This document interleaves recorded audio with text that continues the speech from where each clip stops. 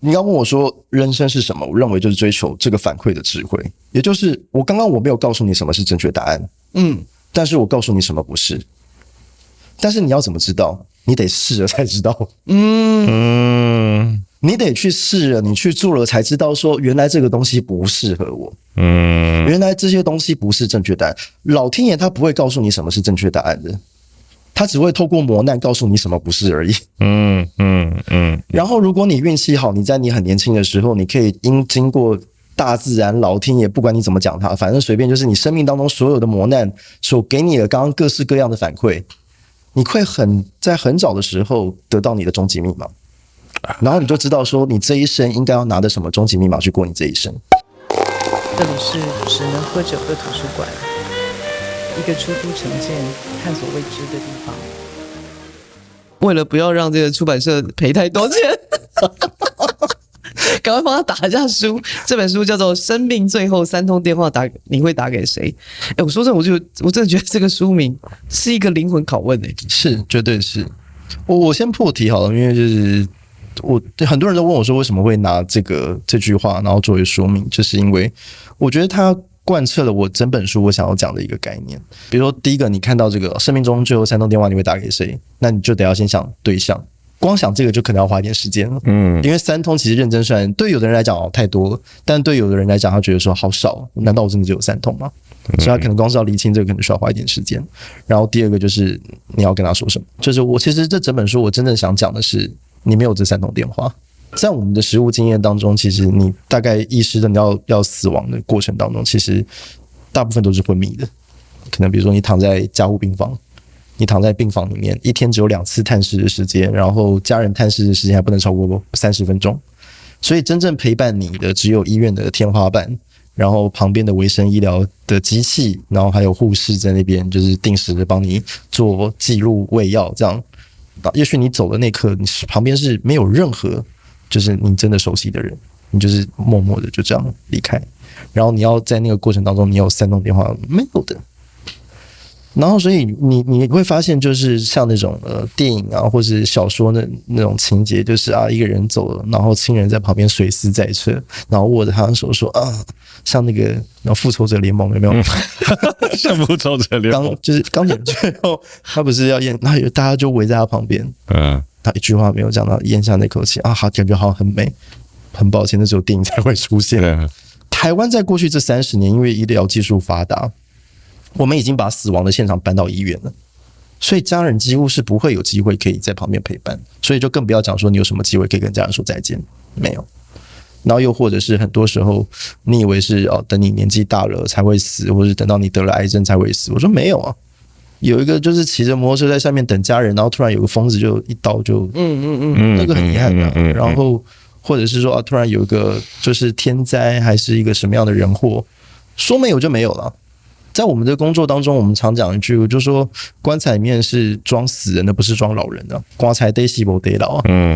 对啊。然后所以我们真的会看到很多那种现场，你就会觉得说其实人生是真的蛮无常的。去年有一个也是我印象蛮深刻，就是那个我一个很好的朋友，然后他的那个 baby 那个就是因为他家里就是很喜欢热闹，所以他这个满月的时候还就是大摆宴席，所有人就去帮他庆祝就是欢迎新生命的到来，让大家很开心这样。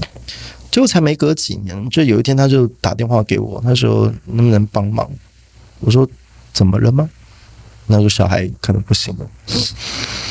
哇！我说前不久我们不是还在参加满月酒，还帮他庆生呢。那当然就是因为工作的关系，就是也没有，就是他有点震撼，但是也没想太多，因为我知道他需要，我们就赶快就包包款款的，然后就赶快杀到医院去这样。那到了医院的时候，小朋友已经离开了，然后我想要就进去处理一些手续，然后我那个朋友他是爸爸，他就说稍等一下，就是妈妈想要再单独陪他的孩子一下下这样，那我们就说好。然后等到那个时间稍微比较平复的时候，我们就走进那个病房，就看到那个画面真的是对我来讲真的很震撼，就是小孩他已经冰冷，脸色都非常的苍白，然后妈妈就这样抱在怀里面，然后唱歌给他听，然后就跟他讲说不要怕，妈妈在这边陪你这样子。哇，那时候哇，因为自己现在有小孩，你知道吗？哇塞，完全无法，你知道吗？就是我完全没有办法想象，就是我的2个小朋友，就是会离开我，你知道，就是虽然我是做这个行业，但是人常会忘记这件事情，就是会觉得说，好像陪伴他们长大，然后我先走，然后他们会继续长大，这件事好像是理所当然，但是。在我现场看到这状况不是未必未必啊，对啊，就是妈妈就这样抱着他，然后我那时候就赶快把眼泪擦一擦，然后就因为那时候眼眶一开始泛泪，就觉得很心疼，然后也很心酸，就是这么样可爱的孩子，然后哇，大家那时候那么开心，那么喜悦，然后才隔没多久，说走就走，就变成这个样子。那这时候爸爸妈妈还要强忍悲伤，就是要去处理一些行政的手续，医院手续办完要办出院嘛。那这个时候通常就是医院的往生室就会有工作人员上来推着担架，然后要把那个就是离开的人，然后用尸袋包裹，然后送到往生室去办手续这样。那妈妈一看到尸袋就整个就不舒服了，她就说我可不可以不要？然后看到担架她说可不可以不要？那我们就说好啊，不然你希望我们怎么配合？他说他希望他能够抱着他的小朋友。那当然我们那时候就问了医院的规定嘛，说这个会不会有什么问题？然后他们说不会。我们说好，那我们就支持妈妈的决定。所以一路上就从那个儿童病房，然后妈妈就这样抱着说不要怕，宝贝不要怕，妈妈爸爸都在旁边陪你哦。然后这样就是一路这样离开病房，走进电梯，然后就这样陪伴着他这样。然后看着那个背影，就会觉得啊，那个爱真的很坚强，但是也很令人心疼。然后就觉得生命的那个逝去是真的是很就是很无常，那种感受其实是非常强烈的。在我的工作经历当中，其实真的是形形色色，有充满爱的，充满恨的，然后充满各式各样的情绪的都有。然后看多了之后，你就觉得这就是人生。比如说像我这本书出了，然后有些人就跟你讲说我没什么人可以打的，我也不在乎，然后也 OK， 那也是一个生命的样态，这个我们也都尊重。可是更多的人是他其实他在乎的，他其实他有很多话想说，他有很多事想做，但是都误以为自己有很多时间，然后误以为自己还有很多的以后，就说没关系，之后再说，有空再说，等时候到了再说。但是没有人知道什么是他妈的时候到了，没有人知道，你算不准的，没有。所以你知道最多就是我们在那种灵堂，有时候陪家人在那边，然后折莲花，他们都会有满满的遗憾啊！早知道那个时候说要带他去，就早点带他去啊！早知道那个时候也该跟他说些什么话，然后跟他好好道个歉啊！现在没机会，对啊。然后问我说啊，我现在做这些到底他收不收得到？那就是他内心都还是会有很多的迷惘，因为我常常在问的是说，对你来说爱是什么？但是当你在看了这么多，那对你来说恨是什么呢？什么是恨呢？为什么会有恨呢？是不是措手不及？完全没有想到。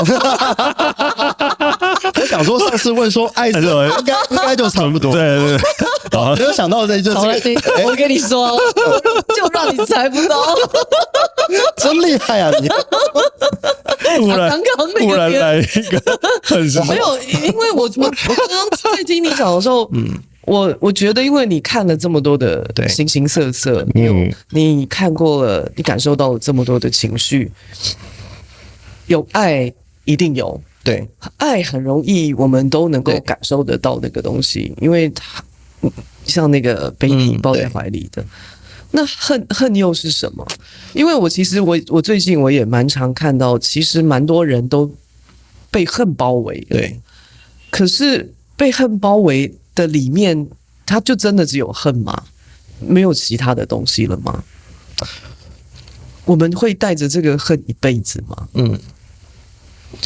我个人觉得恨叫做我认为，叫做我应该，就是所有恨的基础都来自于这两件事情。比如说在我们的工作场域当中，其实恨会恨什么？就是恨，就比如说争财产的时候，我恨他为什么他可以把全部钱都拿走，他为什么可以把父母的爱都拿走，那就是恨，就是因为他觉得他想要他得不到，那不外乎就是钱嘛、爱嘛、权力嘛，就不外乎就这几个。那为什么会有这么强烈恨的情绪？很大一部分都是因为觉得我应该要拥有啊，我认为我应该要拥有啊，我觉得我应该要拥有啊。而这些东西就是然后东方讲到执念嘛，就是你放不下，所以你自然会把这个情绪慢慢堆叠，然后到最后变成一个你没有办法控制的情绪。那我们当然解释叫做恨。所以后来就发现，就是很多东西就它真的无法强求，包含就是很多你认为你应该要有的。当然，我觉得我们并没有要就是什么就是出家成佛啦，我们还是很入世的活在这个社会上。我们当然还是有很多的欲望，我们很多的目标，我们还是有很多的功成名就，你想要去追逐。我觉得这个不冲突，很多人都认为这是一个矛盾的概念。我个人认为这一点都不矛盾，就是你需要去追。可是当你有一天你追，你发现这个东西它没有办法就是如愿，甚至你可能为了追这个目标，你到最后连自己都不见了，或是你原本该享受的也没有了，那么你就应该要放手，那就是会得到一个你比较自在舒服的一个状态。因为我经常性看到很多人带着恨在生活，其实他真的是带着恨在生活的，然后那个恨是无论如何我都不，反正我打死我都不会原谅他。是我一直不明白这件事情，完全不明白。你没有被人家倒过债，对不对？随便乱问，因为我很穷啊，你知道我没有倒债要先有钱借给别人，这样子会倒债。我那么穷，如果被倒债，然后看对方花天酒地这样子，哦，会哦，这个会。对啊，你所有这辈子的心血跟积蓄，然后都被这人骗走了，哇，气死！对啊，讲骗就讲就好了。台湾这几年不是诈骗很多吗？对，所以我们工作有遇到那种就是很多那种老伯伯老奶奶啊，然后来，然后就是他就告诉你说啊，我有很多什么生前契约啊，我一堆什么灵骨塔微博啊，就说啊，你看你这个很有这个社会影响，有公信力啊，帮我卖。好，帮我卖啊！你看卖多少啊？中间那个 commission， 那看你多少分给你。然后一开始讲得很开心，然后让我看一看，我就跟他讲说：“我是阿尚，你这个应该是被骗哦。”啊，怎么可能？我说那个都是壁纸，因为我们这行业其实大概这4-5年间，其实最昌盛很多那种殡葬诈骗，然后灵骨塔查，是很多了，上网查一堆。然后从一开始的觉得满心期待什么投资要回本，到后来有一天突然发现被骗了，2000万、3000万。然后那真的是，你知道痛苦是比较出来，然后后来我很熟了，你知道，就是每一年大概都有在5-60件，就是专门在打电话过来叫我帮他处理这种殡葬诈骗的。然后我就跟他讲说啊，你这个应该是求偿无门啊，不行啊，这是我毕生的积蓄，那个什么那个我房子啊什么的，那个是真的是阳宅换阴宅，你知道吗？一开始是积蓄拿去买，然后后来被骗到后来是把房子拿去贷款，然后再去买，然后后来是。跑去那个对方就是跟他讲说啊，你现在这个已经前面头都洗了，你这个放弃很可惜，就差这临门一脚了。然后最后找道上的给他签本票，哇！然后就到最后就借高利贷啊。然后遇到那种就是原本大半辈子所积累的所有的积蓄，然后就被一个你知道就是一个诈骗的，然后全部被洗劫一空，恨不恨超恨的啊。然后到后来有的就甚至是怎么样，你知道，就是我也尽力，我也不可能。这种事情我也帮不上忙，我能帮的真的很有限。我唯一能做就打醒他，不要让他再继续被骗了，就是设停损，就是以前就让他过去。然后所以有些跟你讲说什么啊，我被骗很多钱呐、啊，我说多少？800，我这边很多5000的啦。哇塞！然后痛苦是比较出来的，然后真的吗？有这么多吗？我说很多啊，然后就照片给他看，他突然说啊，我突然觉得我好多了。然后上次有一个就跟他讲说哈，你骗说我说还好啦，我这边很多5000的，那个他说没有，我1亿。天啊，为什么有人可以这样被骗？我真的是无法理解。他还有1亿被骗？没有，就是上一代积累的资产啊，这不是自己的，他连上一代就全部都败光了。对啊，就对方什么找一个什么土地开发案，然后跟他讲说什么台湾现在什么迁葬啊，然后这个势头很多啊，反正很多了，话术一堆，现在都还在变。Anyway， 反正最后就是。我在接到他的通知的时候，是他的太太打给我。为什么？我跟他太太不认识，因为他遗书上面有写我的名字，不好意思，烧炭。他到最后里面就是书信里面就是满满的恨意啊，就觉得就是他这辈子做最错的决定就是做那件事，然后对不起所有的人，然后他恨死那些骗他钱的人。然后就觉得没办法。我看这件事情很淡然啊，就是比如说我以前还会很愤青啊，就觉得说啊干嘛把自己活得这么累啊，我干嘛？但是当我自己人生有过一些经历，我也曾经恨过别人的过程当中，我就突然发现，其实那就是每个人生活的状态。有些人那个恨是他必要的哦，对他来讲那个是怎么说动力？没有，就是因为他没有恨，他活不下去啊。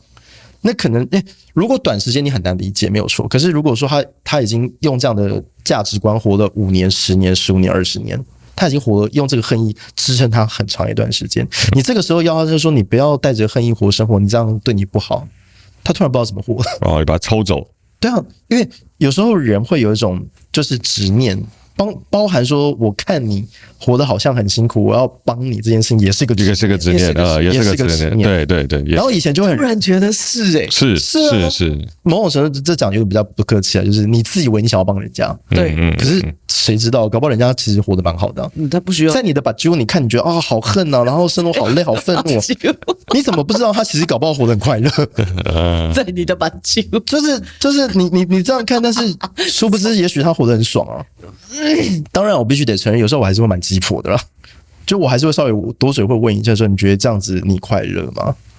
然后如果你有几句就是对谈下，你发现那个恨已经变成是他生活的一个动力了，甚至他生命的支柱了，那就没事，就让他继续过就好了，就让他用这样的状态活着吧，因为那可能就是他的粮食，他的主心骨，对啊，你肆意的把它拿走，他可能就也没有人生的方向，对啊。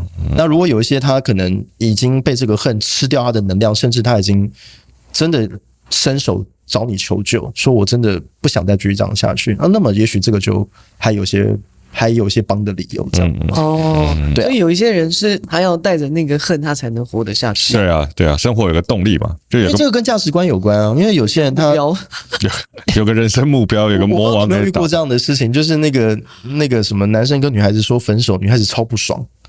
凭什么你跟我分手？是我不要你，妈的！你没有资格跟我谈分手，是我先不要你的。对，其实某种程度上结果都是一样的，就是两个都没有办法在一起。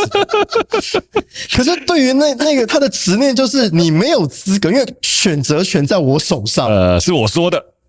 是我说的才算数，你算哪根葱哪根蒜？对啊，那所以对于他的价值观，他需要拥有那个决策权，他需要拥有那个，所以当他今天很多被人家欺负，被人家那个，他对他来讲，他必须要有那个主导权，否则他没有办法支撑他的世界。OK， 所以恨某种程度上也是一个主导权。没有，其实主导权我觉得已经是手段了，就主导权是手段，但是我认为我应该。那是一切的根源，因为如果你没有这些根源，就不会用那些手段去面对这个世界。你一定是你那个核心，是因为我认为别人应该要这样对我，我认为这个世界之所以我恨，就是觉得大家对我不公嘛，世界对我不公，环境对我不公，所以恨嘛。所以那个根源是来自于我应该，我认为你们应该要这样对我，我认为我应该要拥有这些东西，包含像有些那种就是遗产也是啊，就是。比如说爸爸妈妈，就是我觉得所以我后来我跟我很多富人的朋友都跟他讲说，你拜托你千万不要跟什么孩子讲说什么我以后的是你的，你买公家尤其是如果刚好好死不死你家有2个小孩，那更完蛋，因为你一旦这样讲说以后我走了之后我的遗产是你们的，哇这戏啊，一定还给一定啊，为什么？因为老大老二会认为说，我认为我应该要拿最多的，我认为我应该要拿是这个大部分的，甚至我认为我应该全拿，对啊。那另外一个就是会认为说，干你凭啥？你凭什么？凭什么你全拿？我跟你讲，那个家里负债的就不会想要这样。你不要讲负债那个什么那个丧葬津贴还是可以找，因为你还是有付国民年金跟劳保嘛，有多少都要找一下。真的哦，真的。而且然后这是在回应你刚刚讲的什么叫我认为我应该。就我之前我有一个客户也很有意思啊，他是上市贵公司老板，对，然后他爸爸走，其实你知道留下也没多少钱，然后他就跟他的那个手足就是抬个老会老底这样，但是他其实根本不缺钱。然后我说你，我不是老大，你不缺这个吧？对啊。他说小冬瓜你不懂，老子我今天真的是一口气争一口气因为他的爸爸就是把钱都留给了他成长经历过程当中最讨厌的那个人。然后他虽然是有成就，他有钱没有错，但是他拿到比例是最少的。所以他在争的那个过程，他那个争不是那个钱，他是争那个爱，他在争那个爱，他用那个数字去衡量那个爱。对他来讲钱不重要，听懂了，钱不重要，所以恨里面有爱，就是恨真的是个元素了。恨是不是就是换个角度来讲，就是因为得不到的爱，所以才恨？就是东方在讲嘛，生老病死苦，爱别离求不得啊。就是你所爱的得不到满足嘛，然后你想要的离你而去啊。这就是你生命当中最大的苦痛的根源嘛，就是你应该你认为。所以为什么我想说，我后来看就是东方讲心经，就是一切唯心造，那是你心所造就的。就是当你苦痛的时候，有时候问问自己是不是你自己的思想造就了你有一个这个执念，叫做我应该我认为，而这个东西它驱动了你一切的恨意的来源。对啊，那当然，我还在强调，我没有要成佛。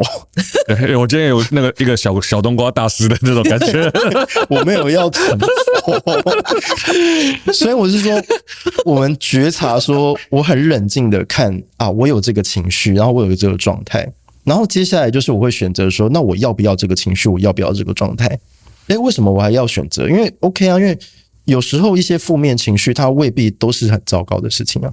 有时候一些负面情绪，它有一些正面的价值啊。举个例子，比如说，就像我上次聊到的嘛，就是因为我爸的走的遗憾，造成我10年来的苦痛，聊到我还会难过。那听起来是一个负面情绪。那对于很多人来讲，他认为说这个情绪是我是要割舍掉的，我是不要的，我的生命不能有这个东西。但是黑是不可能欸，你的生命注定会有遗憾。所以你唯一要学的就是怎么样跟它共存。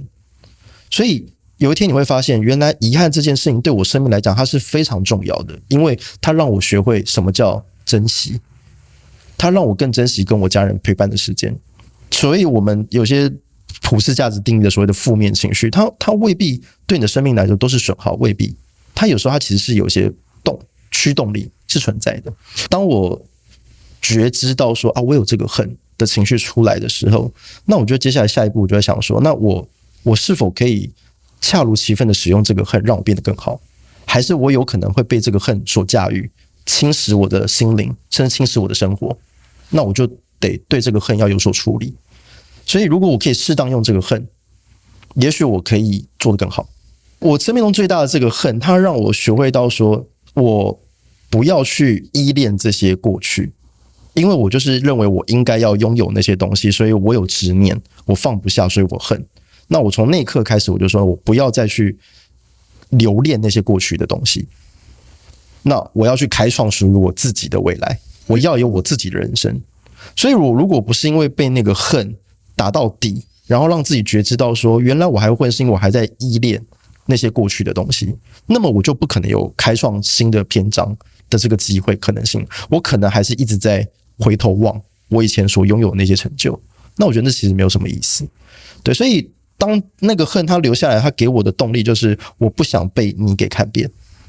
对，就是我那个时候其实还是有我恨的那个对象，只是我对待他的方式不一样，就是我没有要从你身上再争取任何东西回来了，我没有，我只是想要把我自己活得更好，然后给你看你当时的这个选择是多么的愚昧，多么的无知。可是坦白讲，那时候你心里还是有对方，还是有你恨，还是有。所以我就带着这个东西，我就慢慢过渡，然后我就是说我要活得更好，我要活得更好。然后有一天，当你真的达到那个目标，当你活得更好，你回头一望的时候，你并不在乎这个人。其实他已经不是重点，他已经不是重点，他早就不是重点，因为你已经有你人生新的篇章，你翻过去了，然后你回头望就笑笑这样。所以我现在因为他还在这个产业，所以我们在殡仪馆还是会碰到。叫名字，不要来开玩笑。好了，不重要。反正呢，超烦。所以为什么刚刚开录前我们在讲说哲学很重要？就是我觉得你一定要有一个习性，要把自己逼到绝境，要问自己：我对这件事情的见解到底是什么？我对这件事情的观点到底是什么？你想不明白，你做这件事情永远不会有一个很通透的动力。没错，你会做到让自己会怀疑人生。会，真的。我最近啊。其实很长时候我都是想那个比较远的那个，然后就会去想说，那接下来我们要怎么样，要什么什么什么。对，后来近期我就没有，你知道，我突然间我们过去因为开了餐厅，然后开了7年，然后你会觉得说，哇，那7年的路好像走得很莫名其妙，磕磕绊绊的，然后非常的跌跌撞撞，你想说都不知道自己在干嘛，干小，冲小，真是冲到小。对，然后你可能那个时候也每天都在想说，哦，那之后要怎么样？之后我觉得那个其实你根本就你想得太远了，你根本就没有意识到一件事情是你走错了路了，对。你根本完全没有意识到这件事情，然后我现在眼前也是一样，每天遇到一个难关，然后我就是想办法过它。是，我觉得在这个的过程当中，有很多时候其实是你会有一些盲点的，真的完全是一个盲点。我最近突然体会到顺势而为，就是 go with the flow， 你没有办法控制你人生的轨迹啊。真的，你真的没办法控制你人生轨迹，因为你人生轨迹都跟你想象不一样，气候永远赶不上变化。对啊，你没有办法想象的，可是你可以看得见你现在走在哪一条路上，对，那就是你的轨迹。因为以前有时候会觉得顺势而为，感觉是不是自己很窝囊这样，但后来发现其实没有，我觉得顺势而为是最厉害的。对，因为顺势而为，你首先你必须得放下自我，你要放下就是我刚刚提到很多的我以为、我认为、我应该，你必须得放得下，不然你做不到顺势而为。你必须得放下这件事情，光做到就很难，没几个人做得到。然后再来就是你顺势而为，我觉得看事情会比较通透，因为你不会有太多的偏差。因为很多人会自我催眠，然后会自己告诉自己说不会啦，可以啊。那其实事实上你已经快要跌下去了，可是你还会自我欺骗。我觉得骗自己很容易，所以诚实面对自己很难，很难。我现在都只有3个，我可以，我爽。但是还是要提醒啦，就是我觉得这个没有是或非啦，我觉得这是一个平衡。我觉得人就是像刚刚讲的，有些东西还是要需要欲望去驱动。对，你还是对自己要有自信啊。如果人完全没有自信，那也很糟糕。所以你还是要有一些自信，相信自己做得到，相信怎么样。可是很多时候就是还是要时刻回过来觉察自己，这个我的自信是真的是自信，还是有一点惶恐？然后为了要弥补的惶恐而自我欺骗的那个自信，那是不一样的。对啊。我觉得那个力量很重要，这个必须要有觉知，那个要长时间对自己要有愿意静下心去观察，我觉得才有办法看到。对，这样，所以像老子在讲就是无为而治，我是蛮相信这件事情，所以他想柔弱胜刚强嘛，最好的德性就像水一样，它看起来很柔软，好像就软趴趴什么，可是它可以就是海纳百川，可以成为任何的形状。然后你说水没有力量，没有水可以穿针引石啊，它只要给它足够的那个力道跟圆的话，它就是可以把这个山的形状给改变，石头的形状给改变。时间呢？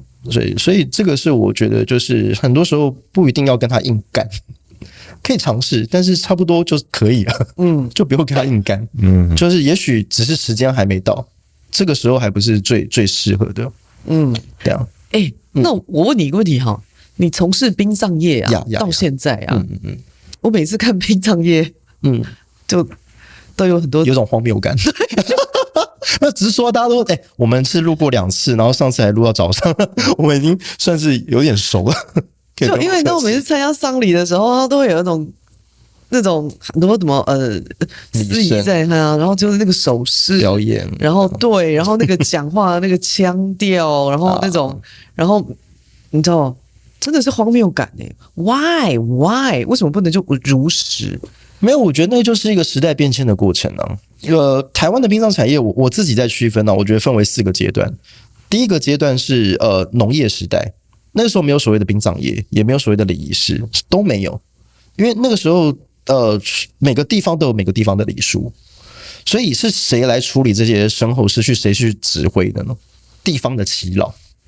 会有一些比较活比较久的人，长老，地方的耆老。对，你现在如果去那种传统的客家村，你或多或少还可以看得到这样的文化。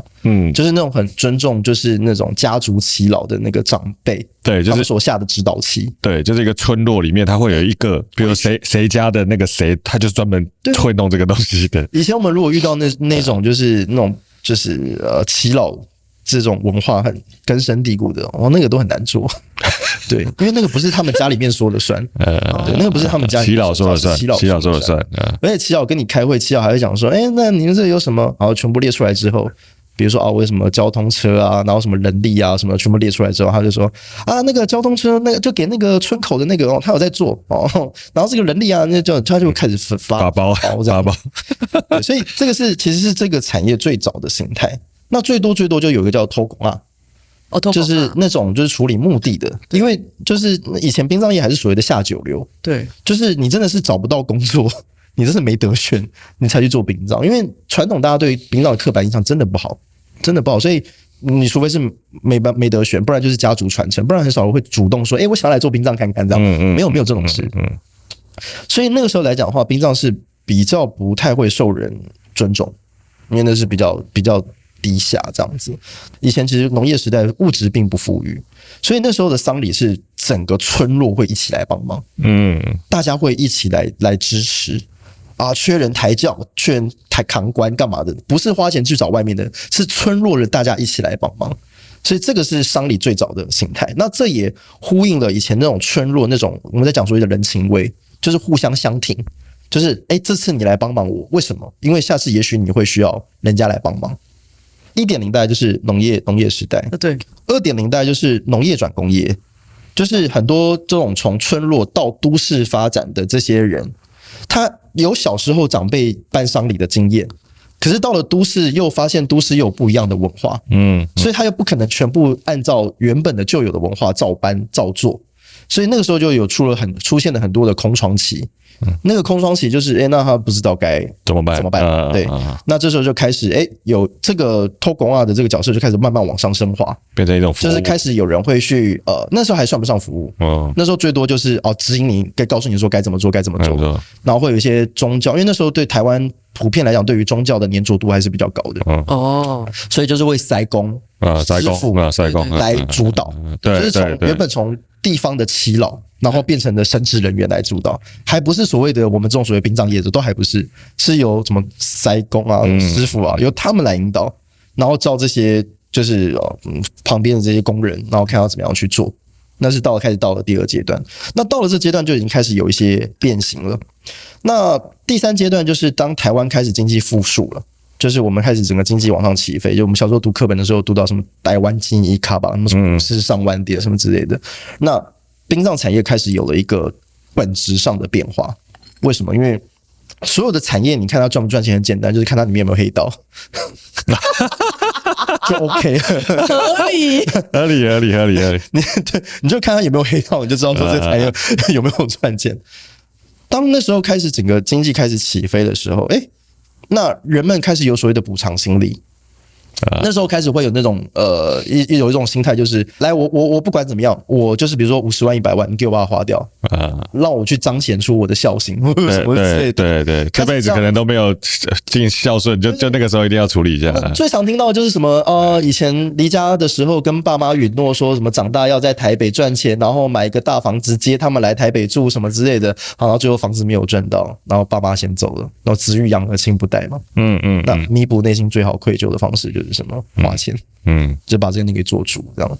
那当然他就开始会有很大的空间，所以我那时候常在讲，就是说丧礼其实不是一个必要性支出，它比较算是一个奢侈品花费，它是跟着整个经济脉络在。它是个仪式感。对啊，奢侈品花费，因为中华民国台湾法律没有规定要花多少钱才叫合法，对啊，你3万5万也 OK 啊，没有台湾法律没有规定啊，所以到了那个阶段来讲的话，就是黑道进来，然后再加上说资讯不透明嘛，对，然后大家又不愿意面对死亡，所以不会有人提前做功课，都是等遇到了。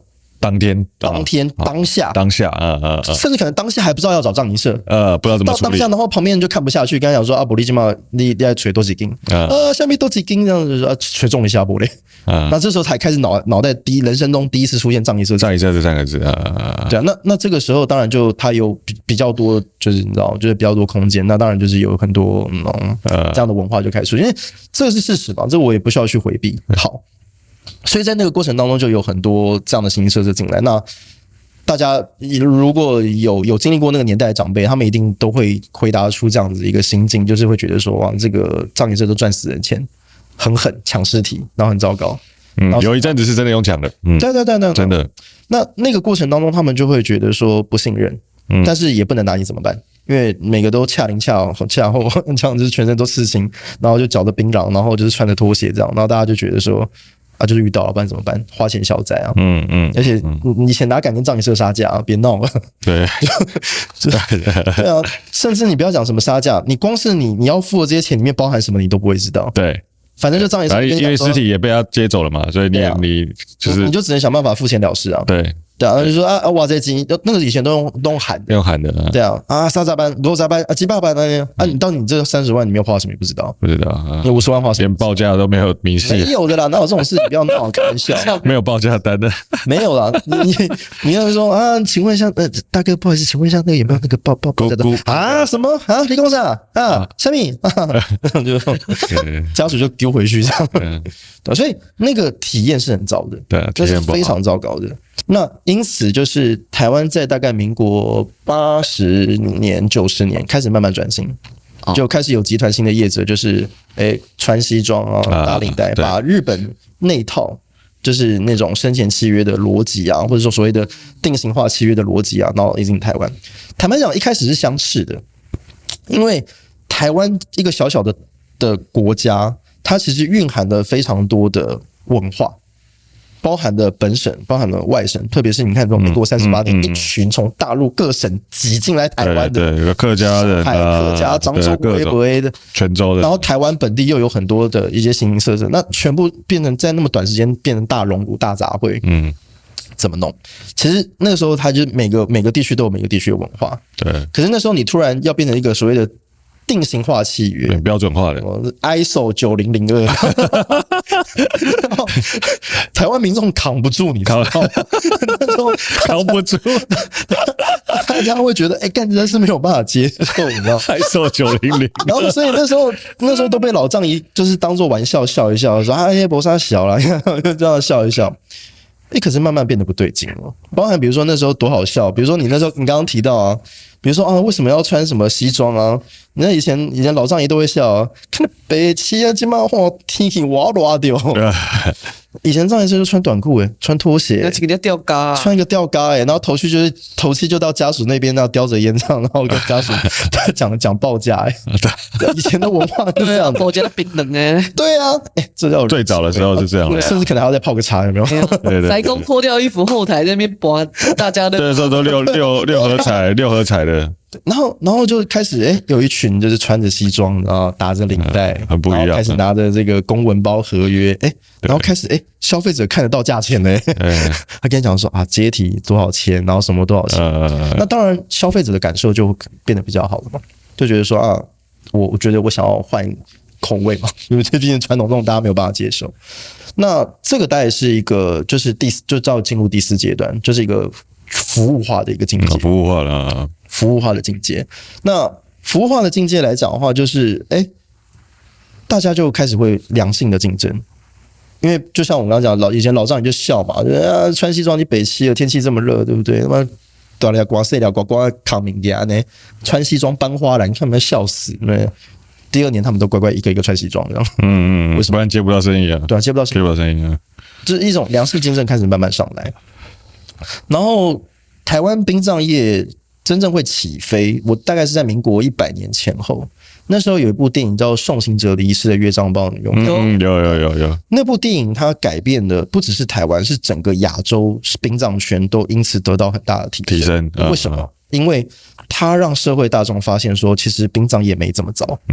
就把这个职业变尊重这个职业。就是它有一个面向，它其实它有机会是做好的，它是对人是有意义、有贡献、有价值的，它让很多长辈开始改变观念，说啊，那小孩子让他们试试看。我们之前公司就有一个案例啊，一个女孩子大学生毕业，拿着大学文凭来我们公司说想要来我们那边上班，我爸那时候傻眼说看。我们这边都是国中毕业的，你突然一个大学，我也突然傻住，引起不太漂亮。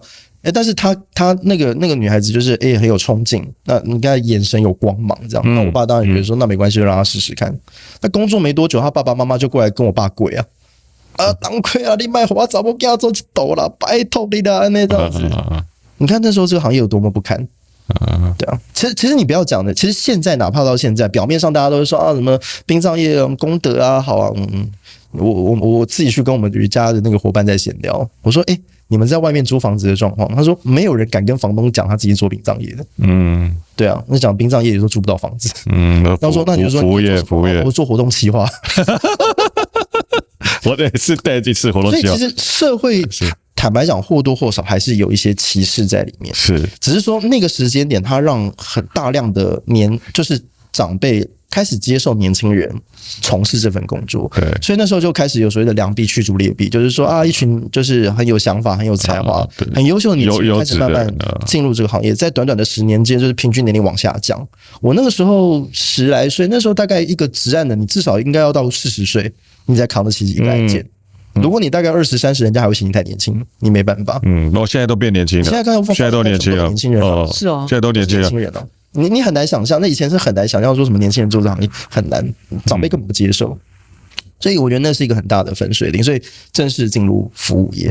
那又随着网络化的普及，因为现在网络资讯都很透明啊，就是你什么你就是 Google， 然后再5星评论，这种就服务了很多，就是你尽可能做了一堆，然后到最后你就是很卑微，跟家属人说，如果你觉得服务好的话，麻烦帮我打个5星评论，这样。那这个都是很公开透明的，你在网络上都查得到。然后所以慢慢的那个所谓的不管是说评价也慢慢变得透明，更重要什么价格也慢慢变得透明。对啊，你可以继续喊高价没关系啊，但是你的客人绝对就没有。因为那时候开始慢慢进入销价竞争的时代，台湾人最会了，都 OK 的。就台湾人没有什么最大才华，就是很会销价竞争。对啊，我有一次遇到一个多少人家跟讲说，小东光，我跟你讲，你这个行业真的太好赚了，没有人敢跟你们杀价。我说那是老观念。你知道，当我开始接班的时候，我有一天晚上我遇到一个案子，超有趣的。大半夜打电话说，那个请问是小冬瓜先生吗？不好意思，我父亲刚过世，那麻烦你可以来医院一趟这样子。然后就大概知道说需要帮忙的嘛，就公司帮我拿着，就赶快去医院。到了医院，那就开始碰到了家属，就开始跟他讲解，就说那现在的程序就是我们待会从医生开死亡证明书，那我们大概要提醒他开15份。然后这个后续要可能后续有一些事情，然后这些行政的手续啊，可能有需要。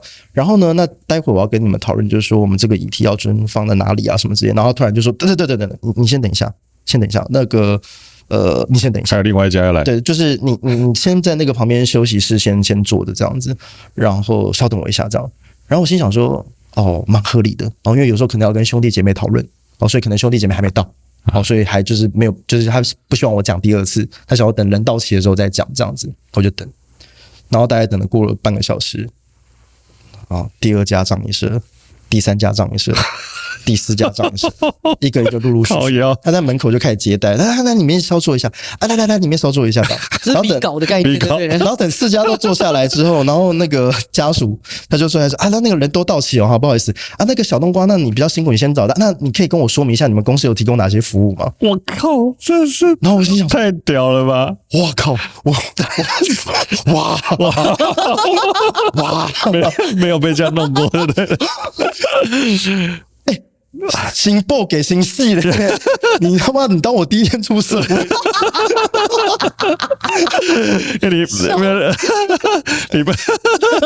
你报30，下一个就报29，再下一个28。人家公开招标还是关起门来加一下，至少你4家关起门会想干嘛？对，至少那个签字应该是要盖起来。对，真的是。所以他就说，你有什么？那你有？那请问一下你有吗？然后就这样来来回回，然后讲到一半，我就觉得这个不行，对，这个不行，因为有一家表现特别积极，说不论他们怎么样，我都比他们拼。那我就说算了，笑死！妈呀！那我问一个问题：丧礼的本质到底是什么？比如参加婚礼，那你就知道婚礼就是为了大家一起开心嘛。对，然后因为庆祝这一对新人永结连理，会不会离婚不知道，会不会再结一次也不知道。那丧礼的本质它到底是什么？因为其实我们一定会参加很多次丧礼啊。我每一次进去，我说真的，去婚礼我懂，我去丧礼我不懂。我的那个不懂不是说我不理解死亡，它会是一种悲伤，对，或是什么。可是我常常觉得丧礼会加深那个悲伤。同意。你知道那个过程让我觉得为什么要加深这个悲伤？因为我最记得我大表哥走的时候，那因为白发人不能送黑发人，对，所以他们是在南部的那种。那你知道那个丧礼是我们所有的兄弟姐妹都要诵经，然后送他，然后他会有很多仪式，对，比如说什么哪里哪里绕一圈，对，就兄弟姐妹送他这样。你知道我有一幕啊，我真的觉得我这辈子我都怎么样我都忘不掉，因为我们所有的长辈，我们从这边过去绕一圈嘛，对，绕一圈，然后从这边过去的时候，长辈本来都在旁边，因为他们都不能过来，对，然后我就看到那个我四舅妈就是我大表哥的妈妈。被搀扶着，然后所有的长辈，我们经过的时候，他们都起立，然后搀扶着我四舅妈，然后就泪流满面，这样，对，那非常非常的悲伤，你加深了那一刻的悲伤，那他不是说你加深了那一刻的悲伤了以后，他后面就会不悲伤了，没有，那个悲伤是这个丧礼之后。埋在心里面，闷在这个胃跟胸口之间的内心很深很深的地方，很深。对啊，那你知道那些就被烤龙伯巴塞啊，你知道？那为什么要在那一刻再加深那个悲伤？同意。后来我表姐走的时候，一样，那时候在办丧礼的期间，我每次见到我阿姨啊，或者什么什么什么，然后我都会想抱抱他们啊，然后跟他们聊聊天啊，然后开开玩笑啊。可是你知道那个时候就会被骂，因为在那个场合，你为什么要笑？我说，为什么我不能够，我们不能够，我们为什么每一次都一定要加深了那个悲伤？就在那个过程里面。然后那一天丧礼也是，我就告诉我自己说不可以哭，对，因为其实他可能去到一个更好的地方，你加深了自己的悲伤，你也加深了走了那个人的悲伤啊。那我就一直没有办法理解丧礼的本质，它到底是什么？是加深那个悲伤吗？我觉得丧礼的本质其实是连结，然后那个连结是各方各面的连结，可能是跟你所爱的家人，然后以及你跟这个社会的关系，更重要是可能你跟你自己之间的。那对于不管是过世人或者活着人来讲，我觉得都是对。那只是就是说，因为每一个人对于这个连结，他其实有不一样的期待，然后最后他会去演化出不一样的东西。所以我常在讲，其实丧礼它本身是一个平台，它承载着许多人对他的期待，因为这个人过世，他走了，对。但是与他有关的有很多人，每一个人都抱持着不同的期待在看这场丧礼。比如说有人期待是想要得到安慰，我希望我透过这个连接的丧礼，我可以得到一些支持的力量。我不是一个人去承受这个悲伤，而是我们可以一起去面对这些事情。我不只是希望我也希望说我可以跟陪伴我的家人一起互相去分享这个过程。就像我之前讲，就折莲花，其实那是互相支持的系统啊。是 I am not alone， 我并不孤单，因为与此同时也有很多人跟我承受了一样这样的伤痛，然后仿佛让我觉得其实我不是一个特例。对，那也有的人把丧礼当成是一种实力的展现平台，我要彰显我的财力，我要彰显我的这个企业的各方面，每个人期待不同，甚至讲更古老一点，你知道以前讣文有多重要吗？现在可能没有感觉，因为现在都是一夫一妻制，以前都是没那么多，所以是由谁这个排序很重要，排序，因为怎么写因为那个排序决定了我遗产分配的大小，然后又或者是像上次我有提到嘛，就是我这个如果这个讣文我是谁来发上，是决定了未来这个家谁说了算。爸爸过世了，到底是先夫还是先考？黑伯刚，先夫是妈妈的名义发上，那以后这个家族谁说了算？妈妈说了算。如果是先考，伟大的父亲，先考是伟大的父亲，所以是儿子说了算，那就儿子说出。那又是谁是那个谁说？那就是看那个位置的排序，然后还有那个丧礼，在这个自答谢词的时候，谁站中间谁支持，那是一个实力的展现，所以是权力的问题啊。所以我看就是人生本来就不同的家庭对于丧礼有不同的期待，追根结底，最后它就是连结，而这个连结有各式各样不同的连结。OK， 那回应到你刚刚那个故事，我想要反映的就是说，这就是殡葬行业，我觉得现在比较可惜的地方，它困在一个死胡同里面出不来。对，那个死胡同叫做，就是我觉得现在很多的无奈、很多的悲伤，或者对很多丧礼负面观感的根源，都是来自于是这一群人，他为了要服务这个仪式，虽然他要达成某种状态，所以他没有想到人，他只想到仪式。就是我根本没有在乎我的感受、家人的感受、谁的感受怎么样，我只是为了要完成出这个仪式给大家看。所以我为了要满足这个仪式，我根本不在乎你喜不喜欢，我也根本不在乎这东西对大家到底有没有帮助，就是做就对了。他已经忘记这个仪式应该是他已经忘记这个仪式的本质到底是什么。对的。但是仪式的根源其实是为了服务人。就像我常举就是生日蛋糕的例子，我们庆生，我们那个仪式感就是为了跟我们所爱的人产生连结。其实殡葬，不管是殡葬也好，婚礼也好，这些都可以用仪式感概括。人类是需要仪式感的，它会让你的这个，我们刚刚呼应到我们刚刚讲体验，如果没有仪式感，我又怎么样证明我活过？我只是一个会吃饭睡觉，然后会解决生理需求的一个生物而已。我们都是透过仪式感让自己生活多了一些滋味，让自己有一些回忆。比如说我要回想起我过去的经历，一定都是我带我家人去迪士尼乐园玩，我生日的时候我做了什么样的事情，一定都是这些仪式感让你的这些东西被保留住。如果你没有仪式感，请问一下，你还记得住你的人生轨迹经历哪些事情吗？未必，很多就是日复一日就 pass 掉，可能就都过去了。我们可能都是在一些仪式感就慢慢去堆叠出来。那当然，这个东西不是一个标准答案，有的人认同，有的人不认同，无所谓的。只是就是说，这个根源是我们透过仪式感所构建出的这一切，是希望说我们透过这个仪式让自己变得美好。所以，比如说以庆生这件事情，最重要的是我记得你的生日，然后我还花了心思，我买了一块蛋糕，然后我们一起唱生日快乐歌。但是至于我这个蛋糕是6寸、8寸、12寸，重要吗？不重要。好不好吃其实也没那么重要，重要的是那份心意。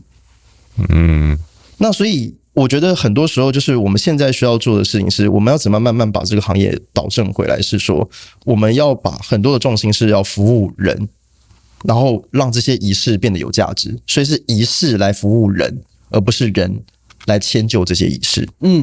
对。所以比如说就像折莲花，我举个具体的例子，比如说就像我们大家都折莲花，那是因为家里面都是中式信仰，没什么悬念嘛。那我之前有服务一个客户，就是家里面就多元信仰，什么信仰都有。那这个时候他们家里面内部，因为他们非常的和谐，所以他们也不希望说造成谁的不舒服不愉快，所以就有人提出说，那糟糕，如果我们折莲花的话，会不会对于家里有些信仰基督教的会不礼貌？那问我怎么办？那我那时候一卡住，我想说我那时候突然就想到，就是泰国国王太皇多美蓬那时候过世的时候，泰国的人民就是一起折了纸玫瑰。你那时候在那个泰皇国商很久，我们那时候去泰国旅游，你都还看得到各个百货公司都还有泰皇的那个照片，然后他们在百货公司摆了一堆桌子，然后提供了很多的那个纸张跟材料，然后让泰国人民去都可以去折，都可以去折纸玫瑰，然后他们希望能够募集到100万朵还是1000万朵，有点忘记了，反正它就是一个数字，然后到时候就把所有这个泰国人民的纸玫瑰全部集中在一起，在太皇火化的那一天，伴随着人民的祝福一起烧掉。然后我那时候因为刚去泰国旅游回来，然后我就想到这件事情，我就跟家人提议说，那要不这样吧，因为既然家里面有基督徒的家人，那我们就不要折那些上面刻满这个心经的这个所谓的经文的这个莲花，我们折纸玫瑰，你觉得怎么样？他们今天还不错。那时候就教所有家人折纸玫瑰，然后所以一群人就围在一个桌子，然后那边折着纸玫瑰，然后就是有说有笑这样子，然后大家一起互相的支持彼此。那个凝聚力其实就很有仪式感，而透过这个仪式，让他们有一个事情可以做。然后让他们自己就是放下那个悲伤的情绪，因为我常在讲，就是你专注在做一件事情的时候，其实那是一种修行，它就借由这个仪式感，它有一种修行的概念。什么意思？就是你在做事你是不能有杂念的，因为如果你有杂念，你手工你绝对做不好。有折过纸的一定知道，折纸需要什么？要大量的专注，因为你会贴歪，不然你会折歪，你会折坏。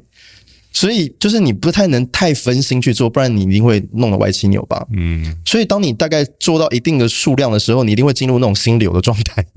就你开始没有那些杂念，你是可以去让自己的心是比较放松的，是比较专注的。我们其实是透过这个仪式去解决他们家属在那个当下其中一个面向的问题，让他们认同，他们也觉得这个事对他们有帮助，那么这个仪式才有价值。反之，如果他们完全压根没有这样的一个想法，那这个仪式其实是白做的。所以就像呼应像上次就是有问我说有关于烧纸钱，我就会问嘛，第一个你信不信？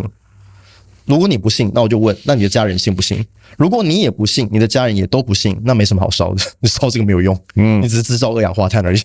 所以我虽然在网络上讲了很多，我在节目上讲了很多，可是很多到最后我还是会回到家庭本身。像我那时候在做频道的时候，你知道我压力最大的是什么？你知道吗？因为我是比较新一代的人，然后有些想法我比较前卫，那我提出很多新的观点，然后我就会有那种粉丝，你知道，就是拿着我的影片，然后去骂他长辈。跟他讲说，你看啊，人家需要这样吗？影片都有讲了啦，你看就这样子啊，你看你为什么不能跟上这样？然后就被骂，然后说拜托不要这样好不好？就因为长辈也有他的那个价值观念，对，所以我觉得要的是就怎么样去透过这个过程中去沟通，去取得一个平衡，我觉得那个很重要，因为各取所，因为每个人对这个东西他都有一定程度的期待。对啊，我觉得其实像丧礼这件事情，我后来就感觉每一个人对他的概念跟他想要达到的目标是完全不一样的。都市人跟乡村的人、农村的人就完全是两件事情。对啊，他们要的、在意的东西完全不一样。因为以前在农业社会，就是一个丧礼会如此的被看重，因为其实那是一个人情味的表现之外，那也是一个象征说大家是否能够凝聚跟团结的一个象征。某个程度上是这样。对啊，因为他要借由这样一次又一次的仪式感，然后让大家加深彼此的羁绊。但是也是会有丧礼吵架的啊，很多很多，这很重要。所以它不是一个，我觉得它不是一个是或非的东西，它就是一个修炼场。就像回到我刚刚那个例子，孙子跑去跟这个叔叔伯伯或者是爷爷辈的那些长辈去辩论，说啊你就不应该怎样怎样怎样之类的，其实没有比较好。我觉得有时候丧礼是一个妥协的艺术。在我的书里面，我里面其实有提到，就是没有所谓这种什么完美的丧礼，这个不存在，只有圆满的丧礼，没有完美的丧礼。因为每一个人对他的期待都不一样，你怎么可能有办法认知说这件事情大家的共识都会是一样的？一定要有人让步，一定要有人妥协。OK， 而这个过程当中，其实它就是一个学习。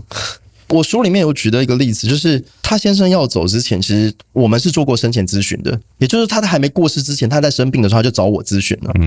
他当时在整个沟通的过程当中，他就是说我不要让我任何一个家人来，我希望我走了之后只有我太太。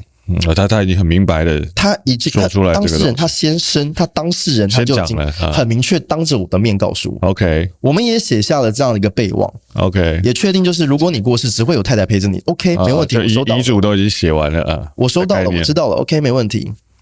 他过世当天，他太太打给我说他走了，请我到某某医院的这个急诊室跟他会合。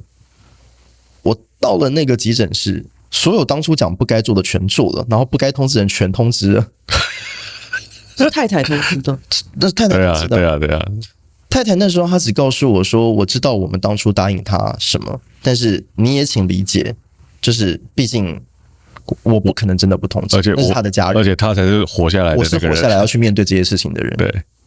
那后面的事情我会乖乖照着当初说的做，但是第一时间请就是请你理解他们，因为我没什么好原谅，他就请你理解啊。OK， 那我当时我就可以了解到说，呀，确实站在他太太的立场，他如果不这么做，他以后日子会更辛苦。对，因为我看到他的那些亲友的状态，对，他不能不通知啊。因为对于当事人来讲，他那时候做决定的时候，他只有想到他自己的需求，对，他没有在管，他没有想到说这件事情没有错，他死了这件事他的事没有错，但是真正在处理的是他的太太啊，他没有去思考说是他太太要去面对这件事情啊，他走了，他两眼一闭，双脚一伸，他不需要去面对他的这些亲友了，可他太太得要去面对啊，而且他不能回避啊。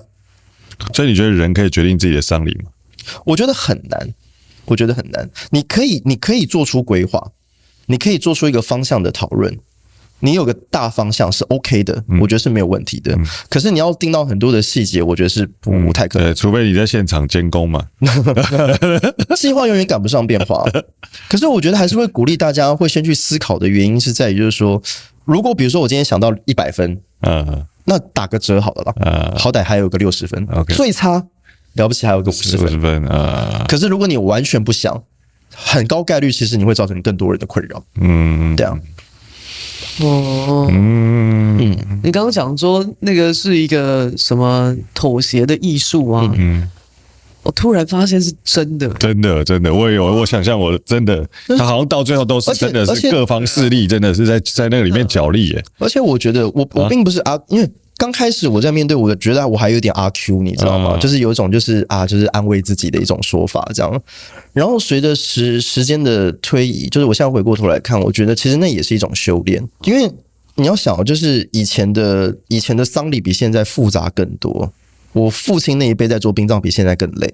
现在仪式已经很简单了，然后以前的你很难想象，就是20-30年前的商家，他要扛多少亲戚的压力，他要扛多少的礼数，然后又没有网络可以查，然后就是遇到丧事，他只能懒趴点嘞，就是看就是你葬仪社怎么说他怎么算，他的压力该做什么做什么，他的压力没有比现在小，可是他承担下来了。我也必须得讲，就是这个殡葬产业它也需要做一个很大的变革。刚刚我们讲到 1.0、2.0、3.0、4.0， 然后到后来就是比如说服务业这件事情是大概近20年台湾殡葬业的概念。我们有了什么 ISO 9002，有了标准化作业流程，有了定型化契约，仿佛一切都变得所谓的制式化、标准化、透明化。那对于消费者来讲，觉得挺好的。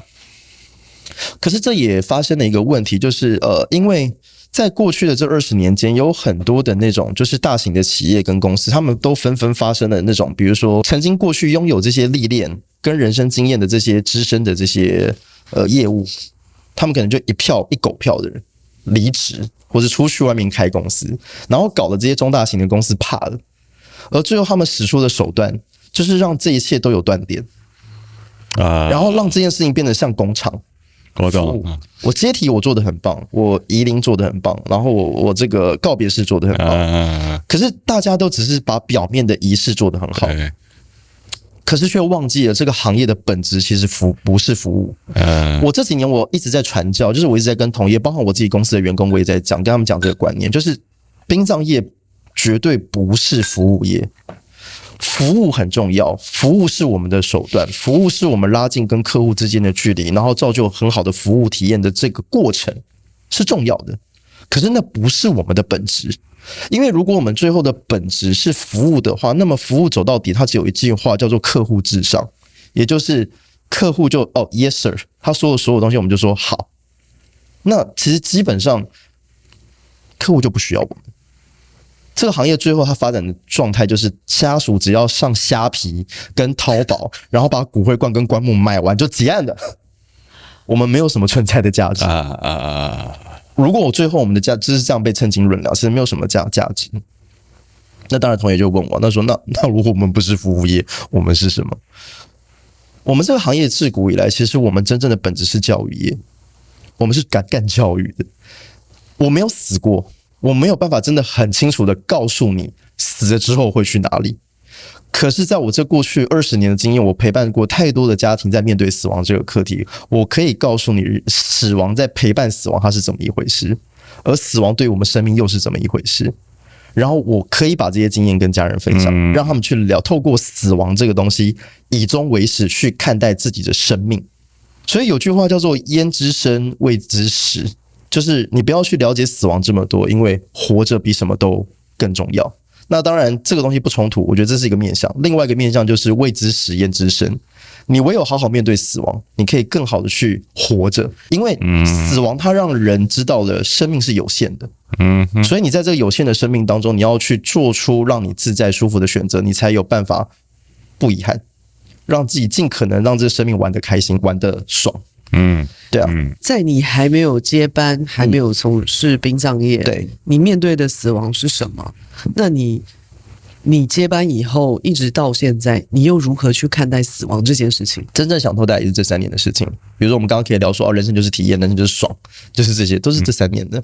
刚开始接班真的没有想那么多，是刚接的时候就是活下来。对于一个23岁的我来讲，我说你说服务家属我会进一个公司，我哪懂啊？更不要讲是一个葬仪社，我又不是早餐店，葬仪社开什么玩笑？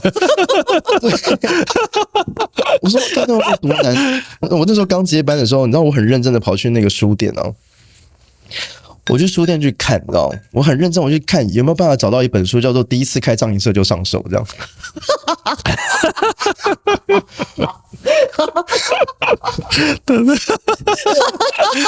好好笑这个我那时候根本没有余力想什么是死亡，你知道吗？你知道公司怎么经营一间公司就够了，而且还是一间葬仪社。葬仪社，你知道，你隐约感受到，你也慢慢看见一些 sign， 一些征兆，就是这个世界不一样，而我们所做的这些仪式还是停留在20-30年的老观念，这种很墨守成规的旧观念，可是它已经不合时宜了。你已经看到这个趋势在存在，然后甚至我就有一天我开会，我就问我们家的员工，那时候已经开始慢慢年轻化了，我就问他们说：“我说你有一天你们自己过世，你会用你服务客户的那套服务你自己吗？”过半数以上全部都摇头。我说：“哇，干，事情大条，我们在卖一个连我们自己都不相信的东西。”那仪式到底算什么？然后这些可以，比如说什么做诵经、做功德、做药忏这些东西啊，你又不信，然后你又卖给你的家属，那到底又算什么？所以那个时候就隐隐约约，就是内心就会觉得说，这个行业有一个很大的一个瓶颈。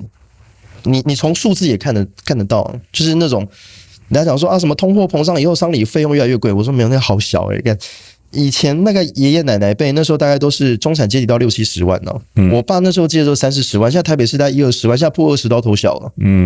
对啊，你说物价通膨长成这样子，丧礼为什么越来越简单？大家不认同啊。大家对于很多传统的仪式就是不理解嘛，讲更明白一点就没有感动嘛。我觉得我只是就是花钱当盘子而已啊。我到底做这些事就最后顶多就是安慰自己说我不认同没关系，最起码就是爷爷奶奶就是叔叔伯伯他们喜欢嘛，啊他们要嘛，那就做给他们了，最多就是这样子。所以那时候我就开始感受到说啊这个东西有点问题。当时的礼仪公司就是葬仪社嘛，礼仪公司嘛，然后生命事业嘛，大概就是这些名字这样。然后我就搞了一个说我要叫冬瓜行旅，然后我要搞一个叫单程旅行社。当然现在因为慢慢有越来越多人认识，所以大家觉得这件事情很合理。可是在当时来讲其实是一个非常冒险的举动，叫旅行社，因为你是一个新品牌，你要让大家认识已经够难了，你还去搞一个旅行社，你是要混淆大家，你要让大家我不了解你。你知道我们那时候在民权东路上面，在殡仪馆对面开了一家门市，你知道在葬仪社冬瓜情侣，然后旁边开车经过，想说：“哇塞，这间是啥？这间是什么？怎么有人敢在这边开那个开旅行社？怎么有人敢在那边开民宿？这样？”对，那是一个很冒险的举动。可是我那时候已经开始慢慢有一个雏形，知道说，我想要做出一些不一样的尝试。那单程旅行社，我觉得那时候取名的逻辑是，我觉得大家太害怕死亡了。可是我那时候就开始慢慢发现说，我觉得聊死亡是一件很有趣的事情，因为聊死亡有办法让你接触到自己的心灵，有让你办法重新去审视说我这一生要怎么过，然后更去清楚知道说什么是活着。然后只是说，因为大家普遍来讲太忌讳聊死亡这个东西，对，普遍太忌讳，普遍都是，所以我想要让这个东西距离近一点。所以我把人们最害怕的死亡跟最喜欢的旅游这个概念把它砍败在一起。我希望聊死亡就好像要去聊旅游计划一样，这么轻松，这么开心，这么开心。我们要去东京吃拉面。对，而且那个在殡仪馆对面开民宿就不错，听起来很不错，不错啊。我就跟设计师沟通说，我希望进来，我希望尽可能像家一样舒适舒服的。我既然叫行旅，我就真的希望它像一个旅社一样。人们来这里就是一个短暂的租借，在这边休憩。对，就像我们出国旅游一样嘛，我们要的地方无非就是想要停下来好好睡一觉，休息一下，隔天出门再出发。那我就希望说，让那个环境有这样的氛围，然后开始陆陆续续办演讲，那就不只是殡葬业者这个角色，开始慢慢多了一个角色，有点像是讲师，甚至是老师，就是一开始也是从很表层的，就是说怎么去规划身后事。然后怎么样跟葬仪社画巴拉 Ken， 就是怎么样去把这些事情给办好，技术层面。可是有时候你知道，就是有演讲经验的人都知道，就是讲久了会腻会，就是你一样的东西你没有办法讲超过10次，你会觉得很无聊，而且甚至你会觉得我是不是机器人？然后当然就是有时候那个台下听众的反馈也是一个挑战，也是一个 challenge， 也是一些刺激。包含他也会问你说，那死了到底会去哪里？对，然后或者是这些宗教礼俗到底它的意义是什么？它的出处是什么？然后每个都给你打破砂锅问到底。然后你就真的感受到什么叫教学相长，你知道吗？就是我是一个不爱念书的人，然后就是被观众逼到，就是我要去念书，因为我要回答他的问题。然后我也好奇，就是对耶，就是我们之前也曾经怀疑过，做期是什么，药膳是什么，我们自己对这个东西也是半信半疑，然后这到底有什么样的意涵？然后就说那要不我们就花一次的机会，我们就好好把它给搞清楚。然后就呼应到我刚刚提到，就是说现在的礼仪公司比较像服务业，就是公司都有一个标准的 SOP 规范，你就是把这些规范做好就好。深的东西公司完全不期待你要搞懂。而且现在很多大公司的态度是什么？就是你就是这样做，然后他就用尽可能压低人力的薪资，然后你做不了，你就是离开，然后他反正在训练新的一批年轻人。然后再接上，反正我的 SOP 你只要符合规范，就像餐饮业有没有？就是他那个跟鼎泰丰的管理模式是一样。对，就是好像餐饮业，反正就我规范在这边，那就把条例给背好、背熟，然后你就按照公司的规范去做事，你就结案啦，对不对？他把流程拆开来。对。可是这个东西它好也不好，好是它能够确保它的服务良率是稳定的，是效率是好的，它的效率是好的，然后它的良率，它的公司的品管是稳定的。对，它每次出来的 quality 都差不多，炒饭炒起来都是一样的味道。可是它对，没有错就是这样。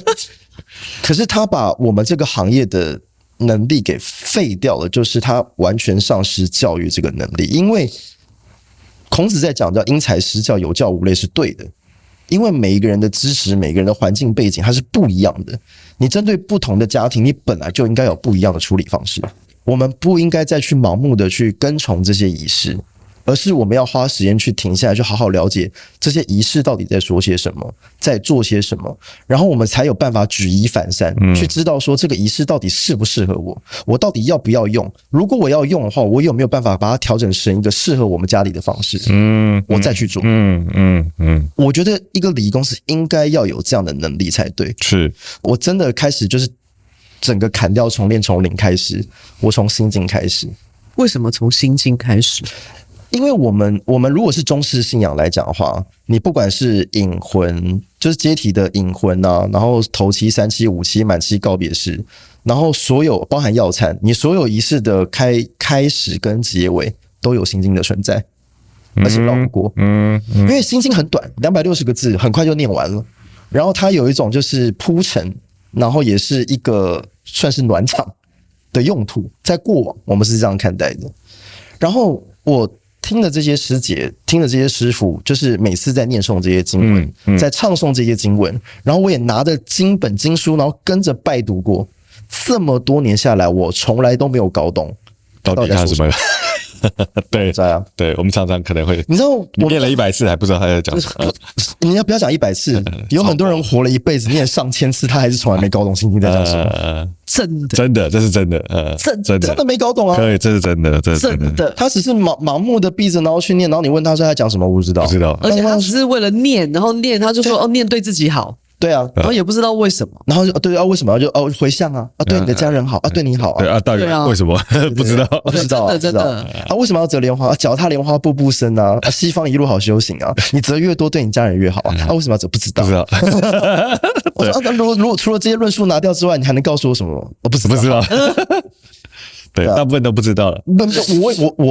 我干从小在这个环境下长大10几年了。前辈很多都不知道，我自己干那么多年，我也不知道。然后我是到那个时候才发现说，这好像怪怪的。然后我就从零开始，我们都不要讲什么玄学，讲什么神学，那个，因为我们就务实一点，因为那个跨模我很难跟家属沟通。因为他如果信，他本身就是这个有信仰的人。你不需要跟他废话，对，我要解决的是那些没有信仰的人，我要怎么样如何在他也没有信仰的情况之下，我还能够说服他，让他发自内心的接受这件事情，讲到他听得懂，对，这很重要。我就必须要先把我自己给搞懂。当然，那个，心经它其实大概就分3段，就是观自在不舍，行深般若蜜多。它其实大概是讲一个境界，就是你不论什么样的状态，不用什么样的情形，不论你的人生遇到什么样的磨难。你都有办法平和的跟自己的心自处。头一大段讲的是一个境界，就是告诉大家说这个经文的境界，如果我们可以修行的话，那么可以到达那个地方，其实很棒的，很美的。然后最后一段有一叫做揭谛揭谛波罗揭谛菩提萨婆，那个是经文，那是梵文的原文，也就是前面那整段你相对看得懂的这个相对的白话文是翻译那个最后一段原文的翻译。OK， 好，所以掐头去尾扣掉了。OK， 就是他告诉你说，就是总是要有引言嘛。对，引言啊，就是你为什么要读这本书，总是要有个引言嘛。先告诉你说，所以他是告诉你念完可以干嘛？对对对，你念完。不然我干嘛念？我干嘛浪费我的时间念？我的时间也是很宝贵的，对不对？先告诉你好处，对，先告诉你好处。OK， 好，然后中间呢，他就跟你讲说一些有为法，比如说什么色不异空啊，空不异色啊，色即是空，空即是色啊，受想行识亦复如是啊。然后什么这个心无挂碍，无挂碍故无有恐怖啊。这些东西它其实就是在讲一些具体修炼的方式。那我那时候，比如说那时候最难的，其实有时候就是在讲所谓空跟色。这件事情其实有时候大家会搞不懂，我们都是从器官的这些感官觉知去感受这个世界。对，那这个叫做什么？这叫做色。就看得到了。对，所以看得到、摸得到。你透过你的感官，你的触觉、嗅觉、听觉、视觉这些等等这些感官，你所接受到的 inside 这些资讯，你在截取这些资讯，那就是所谓的色。空是什么？空是这件事情它不存在。那为什么这个东西他为什么要那么强调？他就拿这个手机来举例，比如说这个手机你可以看得到、摸得到、用得着，这就是色。空是这些手机不存在。你说手机怎么会不存在？他说手机本身它就不存在，因为10000年前它不是手机，10000年后它也不是手机。所以东方讲什么？讲缘分，就是这个东西是你跟老天爷借来的，你不拥有这个东西。这上面所有的元素都是这个环境、这个大自然、这个土地所拥有，你不拥有它。你只是因为你跟这只手机有缘，它你跟这些元素，它刚好经过几万年的缘修炼，它不好意思，它凑成一只手机，然后上万只 iPhone， 刚好就这一只，然后被我拿在手上，被我拿来用。刚好你在这个时间遇到它了，就被我遇到了。那这是这此时此刻我跟他的缘啊，我跟他有缘，让未来我有没有办法拥有这只手机？我没有办法，因为打从一开始我就不拥有这个手机。为什么东方讲苦的那个执念很大的原因，就是因为大部分的苦的根源都是因为来自因为我认为我拥有，我认为我拥有一个家庭，我认为我拥有一个亲密关系，我认为我拥有这些金钱。可是在你死亡的那一刻，你全部都得放下，因为你打从一开始你就没有拥有这些东西，是你误会了，你误以为你拥有，但其实你没有。所以色不异空，空不异色，它是这两个东西，它是一体两面，它是不相离分开的。就是当这个手机你可以用色感受到的时候，你要时常提醒自己知道这个事情是空，因为这东西它不能单一存在，它不可能单一存在，因为你讲这只手机是空的，那你怎么用它？你没办法用它，所以你要了解它有色的那一面，你才有办法用它。可是你在用它色的那一面，你要时时刻刻提醒自己它是空的那一面啊！有这个听起来很厉害哇！感谢小冬瓜大师今天帮我们开示，喝酒，我觉得这个听起来很厉害哇塞！有这个我今天有学到，哦，所以我今天跟你聊这一集是。它虽然是一个色，但它也有可能是个空。对啊，是个空，它现在是个空啊。就是要维持那个平衡。有。我要享受我有家人的当下，我享受我有儿子，我有个太太，我有一间公司，我在享受这一切。但我在享受的当下，我也时常提醒我自己说，这间公司不存在，这个家庭不存在，这个小孩不存在。因为我有一天我必须得面对，就是这间公司最后我们不可能跟他走到底。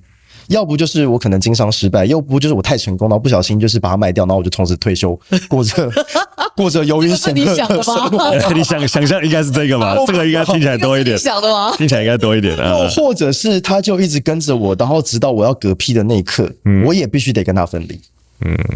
迟早，想透了说我跟我太太的关系，比如说就算我跟他彼此再相爱，我们能够就是走到最后，就是他没有移情别恋，然后我本人没有外遇，对不对？我们走到最后，就像给瑶那句歌词里面讲的啊，就是我希望你先走，因为我不忍心看到你为我流眼泪的那种境界，就是夫妻再相爱，最终还是有人要先走，所以你不可能拥有一个亲密关系，最终能够陪到你走到底的只有你自己。所以我拥有一个亲密关系，但是我也不拥有亲密关系啊。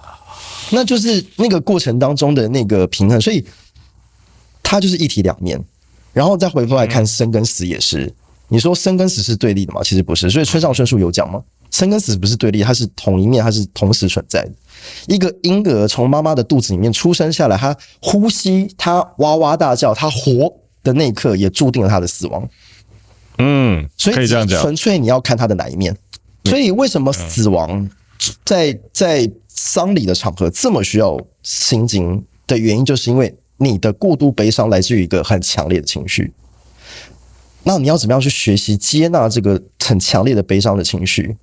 就是你要慢慢的要跟自己相处，你要跟自己觉察，你要了解这个悲伤情绪是怎么来的，然后你要知道要怎么样去拥抱这个悲伤的情绪，不是割掉它。东方它的逻辑，它不是割掉，它是跟它和平共处，是你如何跟你的觉察的情绪是第一步，然后如何去面对这些情绪，然后最后知道一切唯心造。所以佛教它的很大的基本的概念是在讲一个空性。就是你要如何跟你的心相处。然后就突然发现说，哇靠，心经超 make sense 的，make sense， 很厉害，就是在整个丧礼的环节，它超合理的，超合理，因为它就是让你不断的反复的去提醒这件事情，然后你重新去整理这个关系到底是什么，然后我在这段关系我得到了，我失去了什么，然后我珍惜什么，我想要什么，我的欲望是什么，真的，我的执念是什么。然后我觉得在那一刻当中，就是你突然有一种就是那种如雷贯耳这样，砰，就是。哇塞，原来这应该才是殡葬业该长的样子。后来我就慢慢了解到说，原来整个东方的就是中式的这种所谓的殡葬文化，它其实糅合了非常多的价值观跟哲学思想，而有些哲学思想还是相互违背的。那因为这个文明的时间历史的它是很悠长的，所以它糅合了每个时代的痕迹，然后最后长成我们现在看到的样子。然后到最后我们就会分不清楚，就到底这一切的一切到底是什么。好，然后所以后来我总结就是分四类，就是东方其实不外乎就是儒、释、道、儒这四个。儒就儒学，就孔子讲的那一派，对，就是孔子儒家思想。那我们现在在遵循的很多丧礼的仪节，大概70%以上都是孔子、论语跟礼记跑出来的。OK。然后什么儒家思想，对啊，守孝要怎么样祭拜，要穿孝服，重孝还是什么？孔子就是东方文明历史记载最早的礼仪师啊！以前的君王将相如果要执掌丧礼，都是要问孔子的，搞不懂就是要问孔子的。然后孔子就是权威。那孔子他也不是发明者，孔子是因为孔子他很迷恋周公嘛，他很怀念那种说是礼乐兴盛的时代，人与人之间互相恭敬。他为什么会有这样的一个初衷？是因为那个时候大家都在打仗。因为春秋战国时代，春秋战国就是群雄割据，对。那大家都在打仗，那时候来讲虚无主义旺盛，因为那时候平均年龄都活不过40岁，因为大家就打个仗烂命一条挂就算了，所以我也不用去做什么好事，反正我就烂，所以大家人与人之间他就没有那么的良善。OK。那所以那个时候来讲，就大家都需要做一些行为的规范。对，那时候就是诸子百家嘛，就是大家有什么法家、墨家、道家，就大家都是有各种的学说。那这些学说是讲给谁听的？讲给老百姓听的吗？不是，那时候没有网络，没有报纸，他讲给老百姓干嘛？讲给君王，都是讲给君王听的。那时候的所有的思想家。他们的论述都是希望说能够被君王看见，然后希望能够被委以重任、被重用，然后可以一展宏图，然后去幕僚，就希望能够就是实现自己的理想。对。那孔子他所遵循的理想就礼运大同篇嘛，少有所养，老有所终嘛，就希望说大家都可以和善的彼此互相对待嘛。那我后来就慢慢在读他的经典，就慢慢发现说，原来孔子是人类行为学的专家，这样。这个结论好像有蛮有道理的。他了解就是人，他必定跟社群有关系。因为我是个群居动物。对。哈佛大学他有做了一个长达将近快100年的研究。有，我看到那个。对，很酷。他的研究结论就是人的幸福感建立在关系。人的幸福感跟有没有钱没有关系，都是建立在人际关系。他的挫败、他的痛苦、他的失望、他的沮丧也是建立在人际关系。是，所以到人际关系到底有多重要？所以孔子他的最根结底，他是希望说能够建造出一个和谐的社会，所以他希望能够徜徉他的理念，所以是从君王从上而下，他想要去宣扬。所以孔子他也有过很大的成就，他也当过大司臣啊，那是一个非常高的成就啊。可是后来为什么就是没有人太小他？就是他所谈的难以实践嘛。儒学里面有讲一个叫什么？修身齐家治国平天下。修身是第一课。忠跟孝很有趣，忠跟孝是反自然的。违反人体工学。OK， 我完全那你告诉我，到底有哪个生物在讲忠跟孝的？对，大自然的运作的法则就是没在太小忠跟孝的、啊。人性就是没有在乎这些东西的。对，没有。然后你要回想，那时候的这个就是群雄割据，也是没有在讲忠跟孝啊。大家都想要自己当老大，对，没有。如果忠的话，那就不用打仗了，大家就一团和气就好了。所以真正的人性就是不忠不孝嘛。对啊，我喜欢这个，我喜欢这个看法。我觉得这个看法超棒。是啊，真正的人性就是不忠不孝。可是我们平心而论，就是如果每个人都不忠不孝，那这个社会会很动荡。是因为大家都觉得我所有做事情都不需要付出代价。那我干嘛要维持一个社会的秩序？I don't fucking care。我根本不在乎，不关我的事嘛，不关我的事，关我的事，不关我的事。那社会就会很动荡。所以其实他对于这个社会，他是有个抱负，他希望说社会能够有一个很健康的，大家都是互相好来好去，所以叫己所不欲，勿施也是这样讲的。但是都是口号。所以在他可以讲忠跟孝，那是一种修行。之后天下无不是的父母。你看孔子他从小就没有，就是从小的年纪很轻的时候就没有爸爸没有妈妈。他也不是一个温暖就是多健全的家庭长大的孩子，孔子也不是啊。你觉得在那个年代，那每个父母难道就很有智慧吗？没有啊，没有，不可能。天下无不是的父母嘛，那很多父母都是有问题的，人性就是有缺陷。很多不是的父母，很多啊，很多啊。对。可是当你今天你有办法说我要忠，你有办法说我要孝，那个是多大的？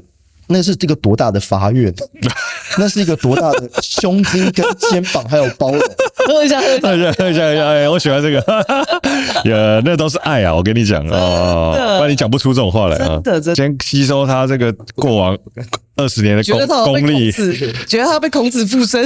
有，没有，就是你要想，他就是一个，他也很人性化。其实他有很多人性，只是我们有时候有太多偏见，就是把他给。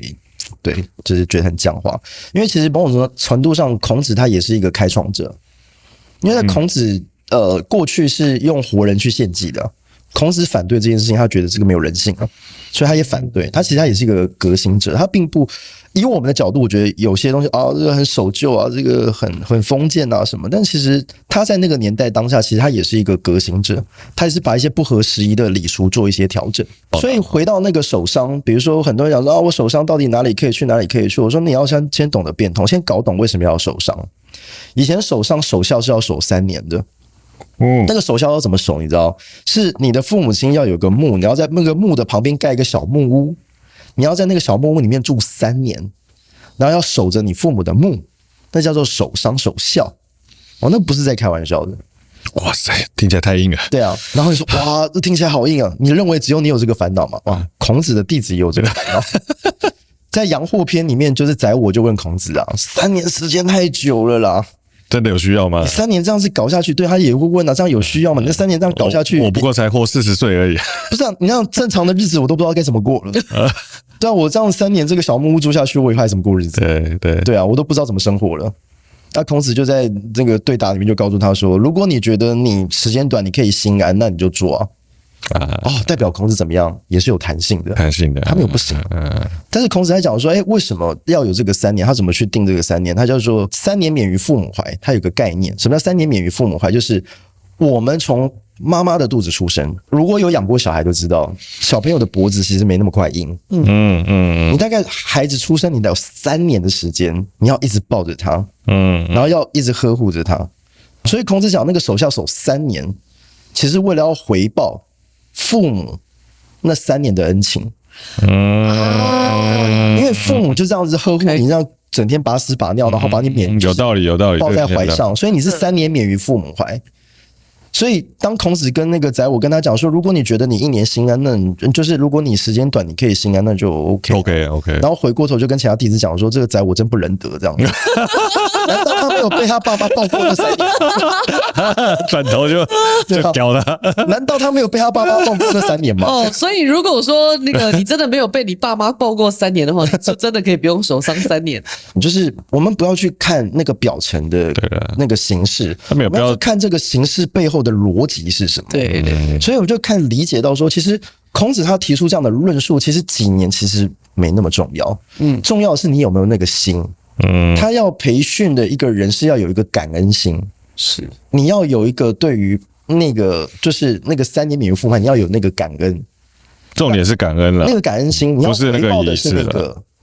所以，当你今天讲完这些东西，那你就一切都 make sense。就是你要去哪，其实讲句难听一点，随你高兴。只是就是当你在去这些场合的时候，你有没有办法让自己心安？觉得说我对我父母的，即使他们走了，我对于一个孩子的角色来讲，我有没有把他们的一些东西放在心里面惦记？如果有就可以了。如果有就可以了。那当然，我这个稍微跳一点，我再讲另外的层面，就回到我刚刚讲说什么不能剪头发，然后什么不能什么剪指甲，这些有的没有的。那这个东西它就跟这个有一点相关联，但又没有，就是它是社会演化的过程，叫做俗，叫做民俗。民俗风俗。当然，我们讲的论述是比较站在自我的角度出发，我有没有办法对得起自己？我有没有办法就是问心无愧？是，这个是一个逻辑。是，对，好。那还有另外一个层次的逻辑，就在于说，还记得吗？刚刚讲的是我们要跟社会互动，对，所以不是我爽就好。现在当然科技社会可能比较偏向这样，因为大家比较疏离啦，比较疏离。可是要回想在那个时空背景下，就是大家都是必须得互相好来好去，否则你在这个村子混不下去啊！对，村民的这个想法是很重要的。所以再加上我刚刚讲，如果大家农业社会，它是没有所谓的单体礼仪师，也不是你一个人可以在村子独自生存的。你知道以前有个概念，就是我们要切8段。什么叫切8段？就是村子里面有10种很重要的功能，包含什么生育啊、结婚啊、社交、生存啊什么的。然后这大概总共有10个，细数我有点忘记了。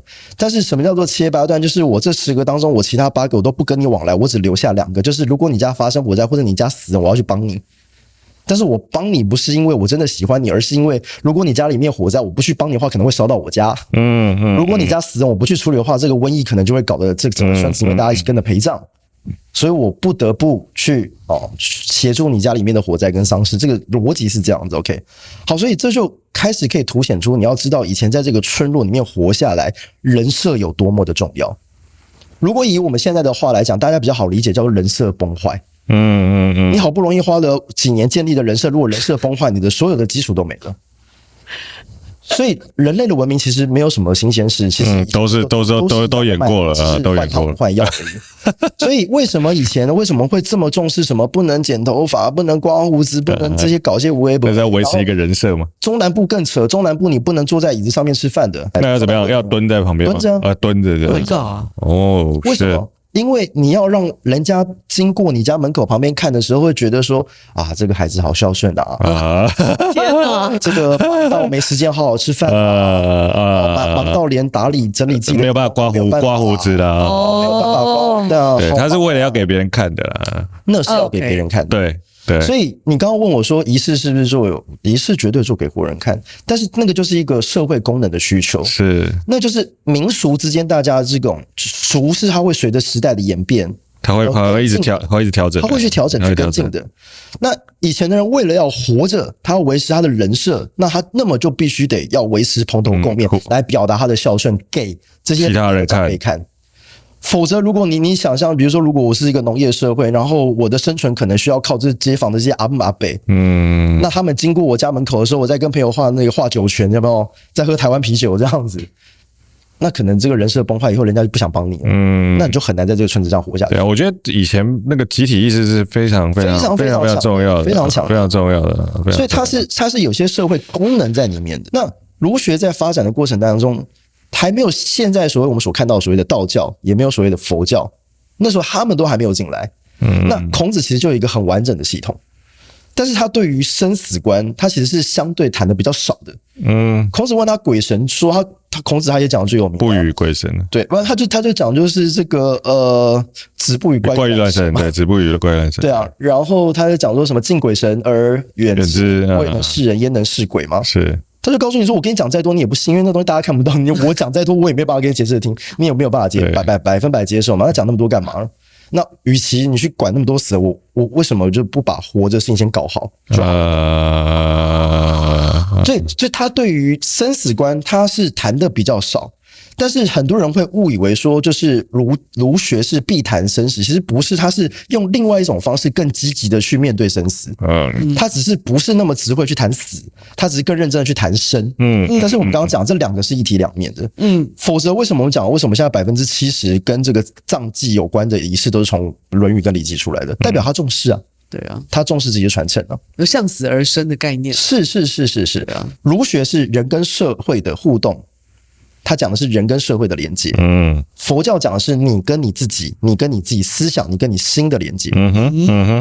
那接下来最后就是比较玄，但我个人认为也是境界相对比较高的，就是老子，就是道家学说，是他讲的是人跟大宇宙跟整个宇宙。孔子他所做的，他是比较形式上的、形而化的，我觉得他也有他的必然。为什么？因为还是要回想起，因为那个时候大家的普遍教育没那么高，所以你讲太深的东西大家听不懂。你不要讲说什么以前，现在你讲老子道德经也没几个人懂，你就更不要讲以前的人。可以理解啊，就孔子是用当年所需要的这个白话文，去跟大家解释这个东西。像比如说有些还在听不懂的，有些还给它更白话，把它搞成一个什么叫《弟子规》弟子规啊，更白话，就更具象化、更教条化。老子在当年就是因为太过于哲学，所以他的 podcast 听众就比较少一些。这个比喻孔子就做 YouTube 的，所以他的对之类的，这个比喻非常棒，真的啊。然后《弟子规》就是懒人包，有《弟子规》就懒人包啊，就是因为好的理念嘛，只是你讲太高大上，打个听不，真的。所以我只能把它越弄越白话，然后越来越好理。但是白话它就相对性，就是比如说现在有做短影音的就很有感，它影响力会稍微。短影音你势必到最后就会去脉络化，对。因为我必须要浓缩在很短的时间让你，他一定讲不清楚的，对，他就变成说他掐头去尾，就很多真正的精华其实都被删掉了，你最后只能留得下那些很形式的东西。在老子的《道德经》里面，我觉得有非常多的启发，帮助我，就是看思想很明白。因为我们受过了台湾的传统教育，我们就是在是非题跟选择题把自己人生卡住嘛。对，我觉得说好像人生就一定要在是跟非之间做一个选择。比如说我对我爸爸，我到底是要爱我爸爸还是恨我爸爸？你问我说到底是爱还是恨？难道不能同时吗？可以同时存在。就是我难道不能爱我爸爸，同时我其实也对我爸爸有些恨吗？可以，绝对可以。因为现在的教育是启蒙于工业化，就是西方工业时代要 SO， 就是工业截取，那个时候为了大量制造业的需求，他要把每一个人脑袋变成同一个样子，是 SOP 啊，然后什么的，好方便管理啦。对，好方便管理，他就是要那我要怎么去了解啊？你到底有没有学会？那就有考试，那要有所有的标准答案。对，但是人生哪来的标准答案？真的。可是我们因为受到这样教育，我们把我们的思想给卡住了。有多少人就是在这件事是想不明白，然后把自己的人生给虚耗掉了？对。可是事实上，人生它很多东西他讲不明白的，它不是是跟非两个东西，就必定要选一个。人生是灰的，是他就是永远都是在一个平衡，是。所以老子，我觉得他一开始我就讲他开宗明义就叫道可道非常道，名可名非常名啊。名无就是山无常态，水无常形嘛。一个名字它不可能很久，它永远都不变；道也不可能永远都不变。只要道能够被定，它就不是永远的道。所以他在一开始，我觉得在写这部经典，他开宗明义，我相信他也很担心误人子弟。他一定也很担心，就是说很多人他可能看了这个文字，看了这段话，然后就卡住，钻牛角尖，会认为说就是字面上的意思，就是这个道理，然后让自己活得很没有弹性。可是老子他所强调整篇里面，如果你真的读通透的话，就会发现他其实是很自在的，对，他人生的弹性是很大的，对，他没有一定说他哪有什么一定性，而且他非常反对去探讨善恶跟美丑这件事情。因为我今天去讲第一名出现，就是谁是第一名。那就会有最后一名了。对，我跟你讲说，你是一个好人，那就开始会有坏人了。可是人是一个很复杂、很多变的东西，那为什么要那么？所以对，我们可以同时是个好人也是个坏人，是没错。所以道家在看儒学就会有一些看不明白的东西，就觉得你为什么要把自己人生卡那么硬呢？这样子，对，所以他们有一些东西它是其实是相似的。对你来说，人生是什么呢？我觉得人生是智慧。我们最终在追求的其实是智慧这件事情。你没有看过有部电影叫《深夜加油站遇见苏格拉底》？我超爱那部电影。我觉得那部电影算是我的哲学启蒙，这样蛮推荐大家去看的。它里面讲说，你知道扫把可以拿来扫地是一个知识，当你真正拿来扫地的那一刻，那才叫智慧。我们对人生侃侃而谈，我们听别人讲了很多论述，我们看过非常多的书，那个其实都只是知识，那算不上智慧。是当你有一天你把你今天听来的知识运用在你的生命当中，然后因此而受益，而那个是你的智慧，而那个才是最美的状态。因为还记得我上一次我提到，就是因为死亡提醒我们的人生是有限的。我多么希望，就是也许某种程度上我们可以活1万岁、5万岁、10万岁，也许我都不用急着这么快去找生命的答案，因为我有非常漫长的时间可以慢慢去寻找。可是很抱歉，我们在座你我各位，我们大概就只有70-80年。更精准的讲，就是你以每10年为一个单位，其实你就是只有短短的时间而已。就像我常讲的，8岁去巴黎跟80岁去巴黎是不一样的。那个境界、那个体会，你的身体状况、你的容貌、你的思想、你的格局都是不同的，所以你的时间其实很有限。可是人类的欲望是无穷无尽的。为什么我们很喜欢听人家讲故事？因为我们总是能够在别人的故事当中尽可能去长自己的智慧。我不要去踩跟人家曾经碰过一样的坑，因为我不要浪费时间去碰触一样的事情。如果这件事情前人已经做过，而且他很明确是失败了，那我就不要再去踩那个坑。我让我的选择尽可能准确一些。什么叫智慧？就是我们听别人的故事，然后自己真的亲身去磨练过一次。东方讲就是得到智慧有3个阶段嘛：闻慧、思慧、修慧。闻慧就是今天你听我讲，这都是干话，你只要你没有拿来用，那都是屁。所以他要经历过第2个阶段，叫做思慧，就是我要去思考，我今天整个晚上听下来，到底哪些对我有用，哪些对我来讲是垃圾。那就是一个沉淀思考的过程。有 filter。那你的过程当中，你的大脑会有一个，就是开始出现突触嘛，开始会出现一些连结。突触就是比较科学化的讲法，就是你会开始透过思考，你的大脑的回路里面会产生出一些比较紧密的连接，那是需要透过思考才有办法做到。所以闻慧、思慧，最后修慧，就是当你生命当经验遇到一个例子，你可以实际去演练一次，然后你也因此而完成了，那你就有了所谓的修慧的一个过程。那刚刚的反馈，你姑且可以把它当成是一种智慧的反馈。你要问我说人生是什么，我认为就是追求这个反馈的智慧，也就是我没有告诉你什么是正确答案，但是我告诉你什么不是。但是你要怎么知道？你得试了才知道。你得去试了，你去做了才知道说原来这个东西不适合我。原来这些东西不是正确答案。老天爷他不会告诉你什么是正确答案的，他只会透过磨难告诉你什么不是而已。然后如果你运气好，你在你很年轻的时候，你可以经过大自然、老天爷，不管你怎么讲它，反正随便，就是你生命当中所有的磨难所给你的刚刚各式各样的反馈，你会在很早的时候得到你的终极密码，然后你就知道说你这一生应该要拿着什么终极密码去过你这一生。我觉得这个就很像我那个，就是我刚刚讲的那个三件性啊。我就觉得说，第一层见山是山，那个是执念，对我来讲，我的领会是第一层，它是一种执念，对；第2层呢，它是一种遇见，第三层，它是一种物见，你悟到了什么？对，那个3个层次不一样，所以对我来讲，人生是一场修炼。是，绝对是。对，然后活着是一门艺术，生命是一场意境。我就觉得说，哇，绝对是啊，绝对是。我就觉得说，干，我领会到这个东西的时候，我就你知道，可以 go with the flow。所以我以前其实看不明白，就是以为觉得说啊，所谓的经典就是盲目的背诵，然后就是盲目的信守的某个教条，然后好像人生就因此会得到解放。然后后来就发现都是 bullshit。这些所有的经典，它就是古人的智慧，它给了一个方便法门，然后让你有机会可以去修炼。可是最关键的重点就是你得去做，就是你的改进、你的智慧、你的一切的提升都是在你自己身上，不是在别人身上。因为我在这些经典里面得到了很多的美好，然后我觉得它帮助我在不管是事业上、工作上、家庭上，甚至我个人成就发展上，我觉得有很大的帮助。然后我觉得好多人都错过，我觉得好可惜。然后所以我觉得这个东西需要让更多人知道。那所以我就开始慢慢试着跟大家用另外一种方式沟通，就我们不要讲，就如果你有信仰，我发自内心的祝福你，因为你有信仰是一件非常美的事，是非常棒的事。因为最终生命走到终点，我们一定会碰到信仰。因为你要让自己不恐惧死亡，要让自己坦然的接受自己的生命，你注定要有信仰。所以如果你现在就有信仰，你是一个很幸运的人，你是个很幸福的人。但如果倘若你没有，那么我希望大家可以不要对信仰有这么高的成见。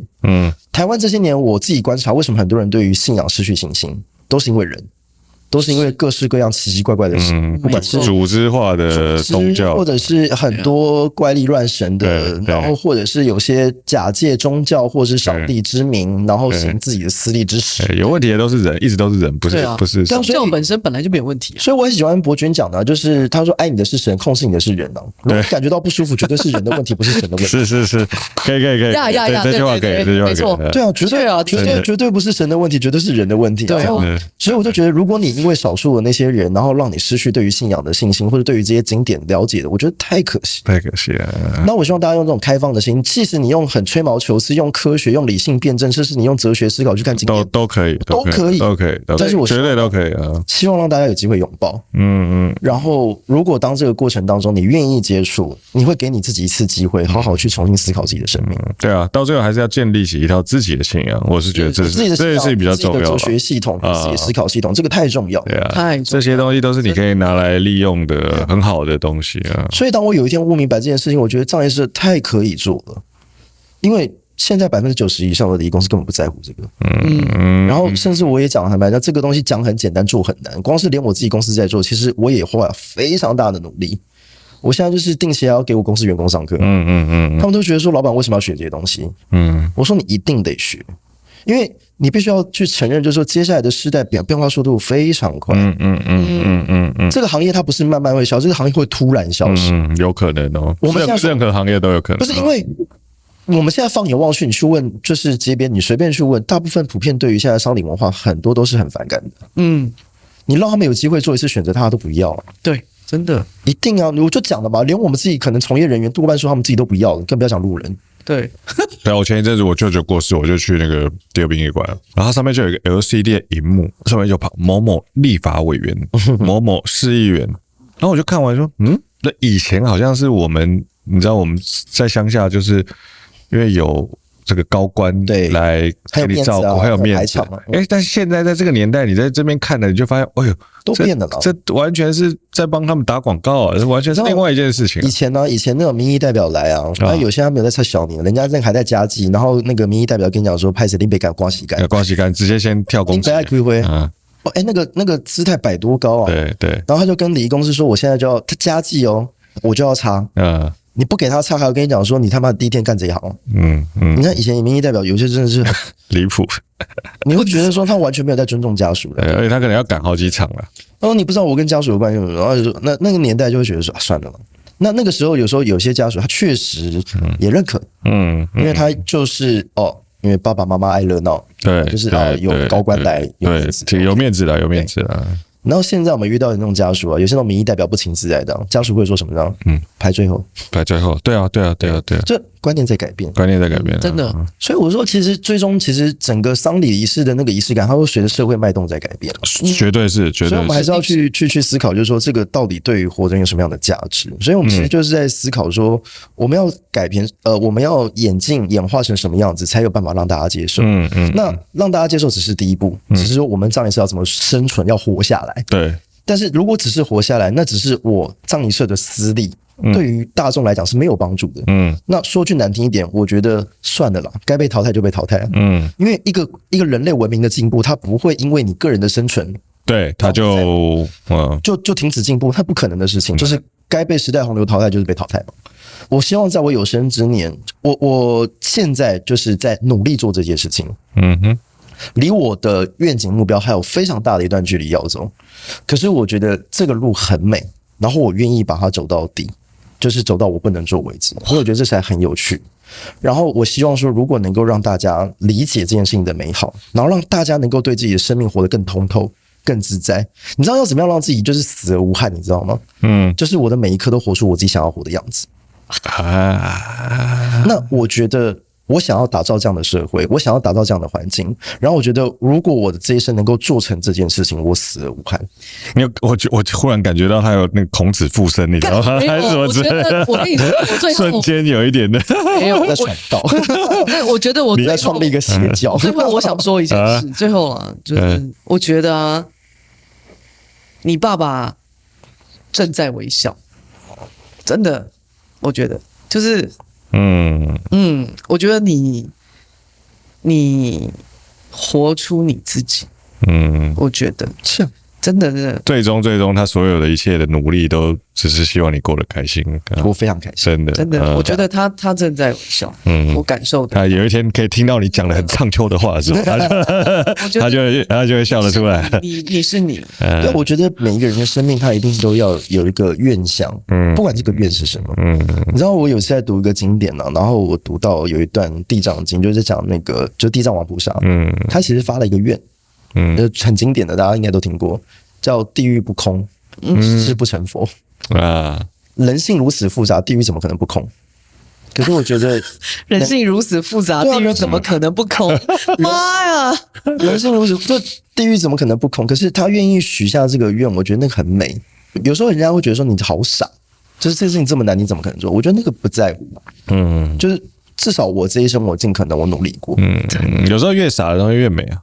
真的，或者是说越美的东西听起来越傻，换一个角度应该可以这样讲。可以啊，我觉得是心甘情愿。但是很多时候是因为你感受到那个美，但其他人还没感受到。对，但没有关系啊。所以你愿意花你这一辈子的时间去让别人去感受你感受到的这个很美的东西，我觉得这个事情是很美，本身就是很美的。没错。谢谢你们，感谢小冬瓜师傅今日来。今天来帮我们上一课，哇！今天收获良多，真的，今天有收获，今天很棒哦！今天听到你讲了很多东西，很有趣。今天够上球吗？哦，今天有，今天这个不错，今天这个不错，你其实很唱球。对啊，干嘛要这么客气呢？拜拜，拜拜。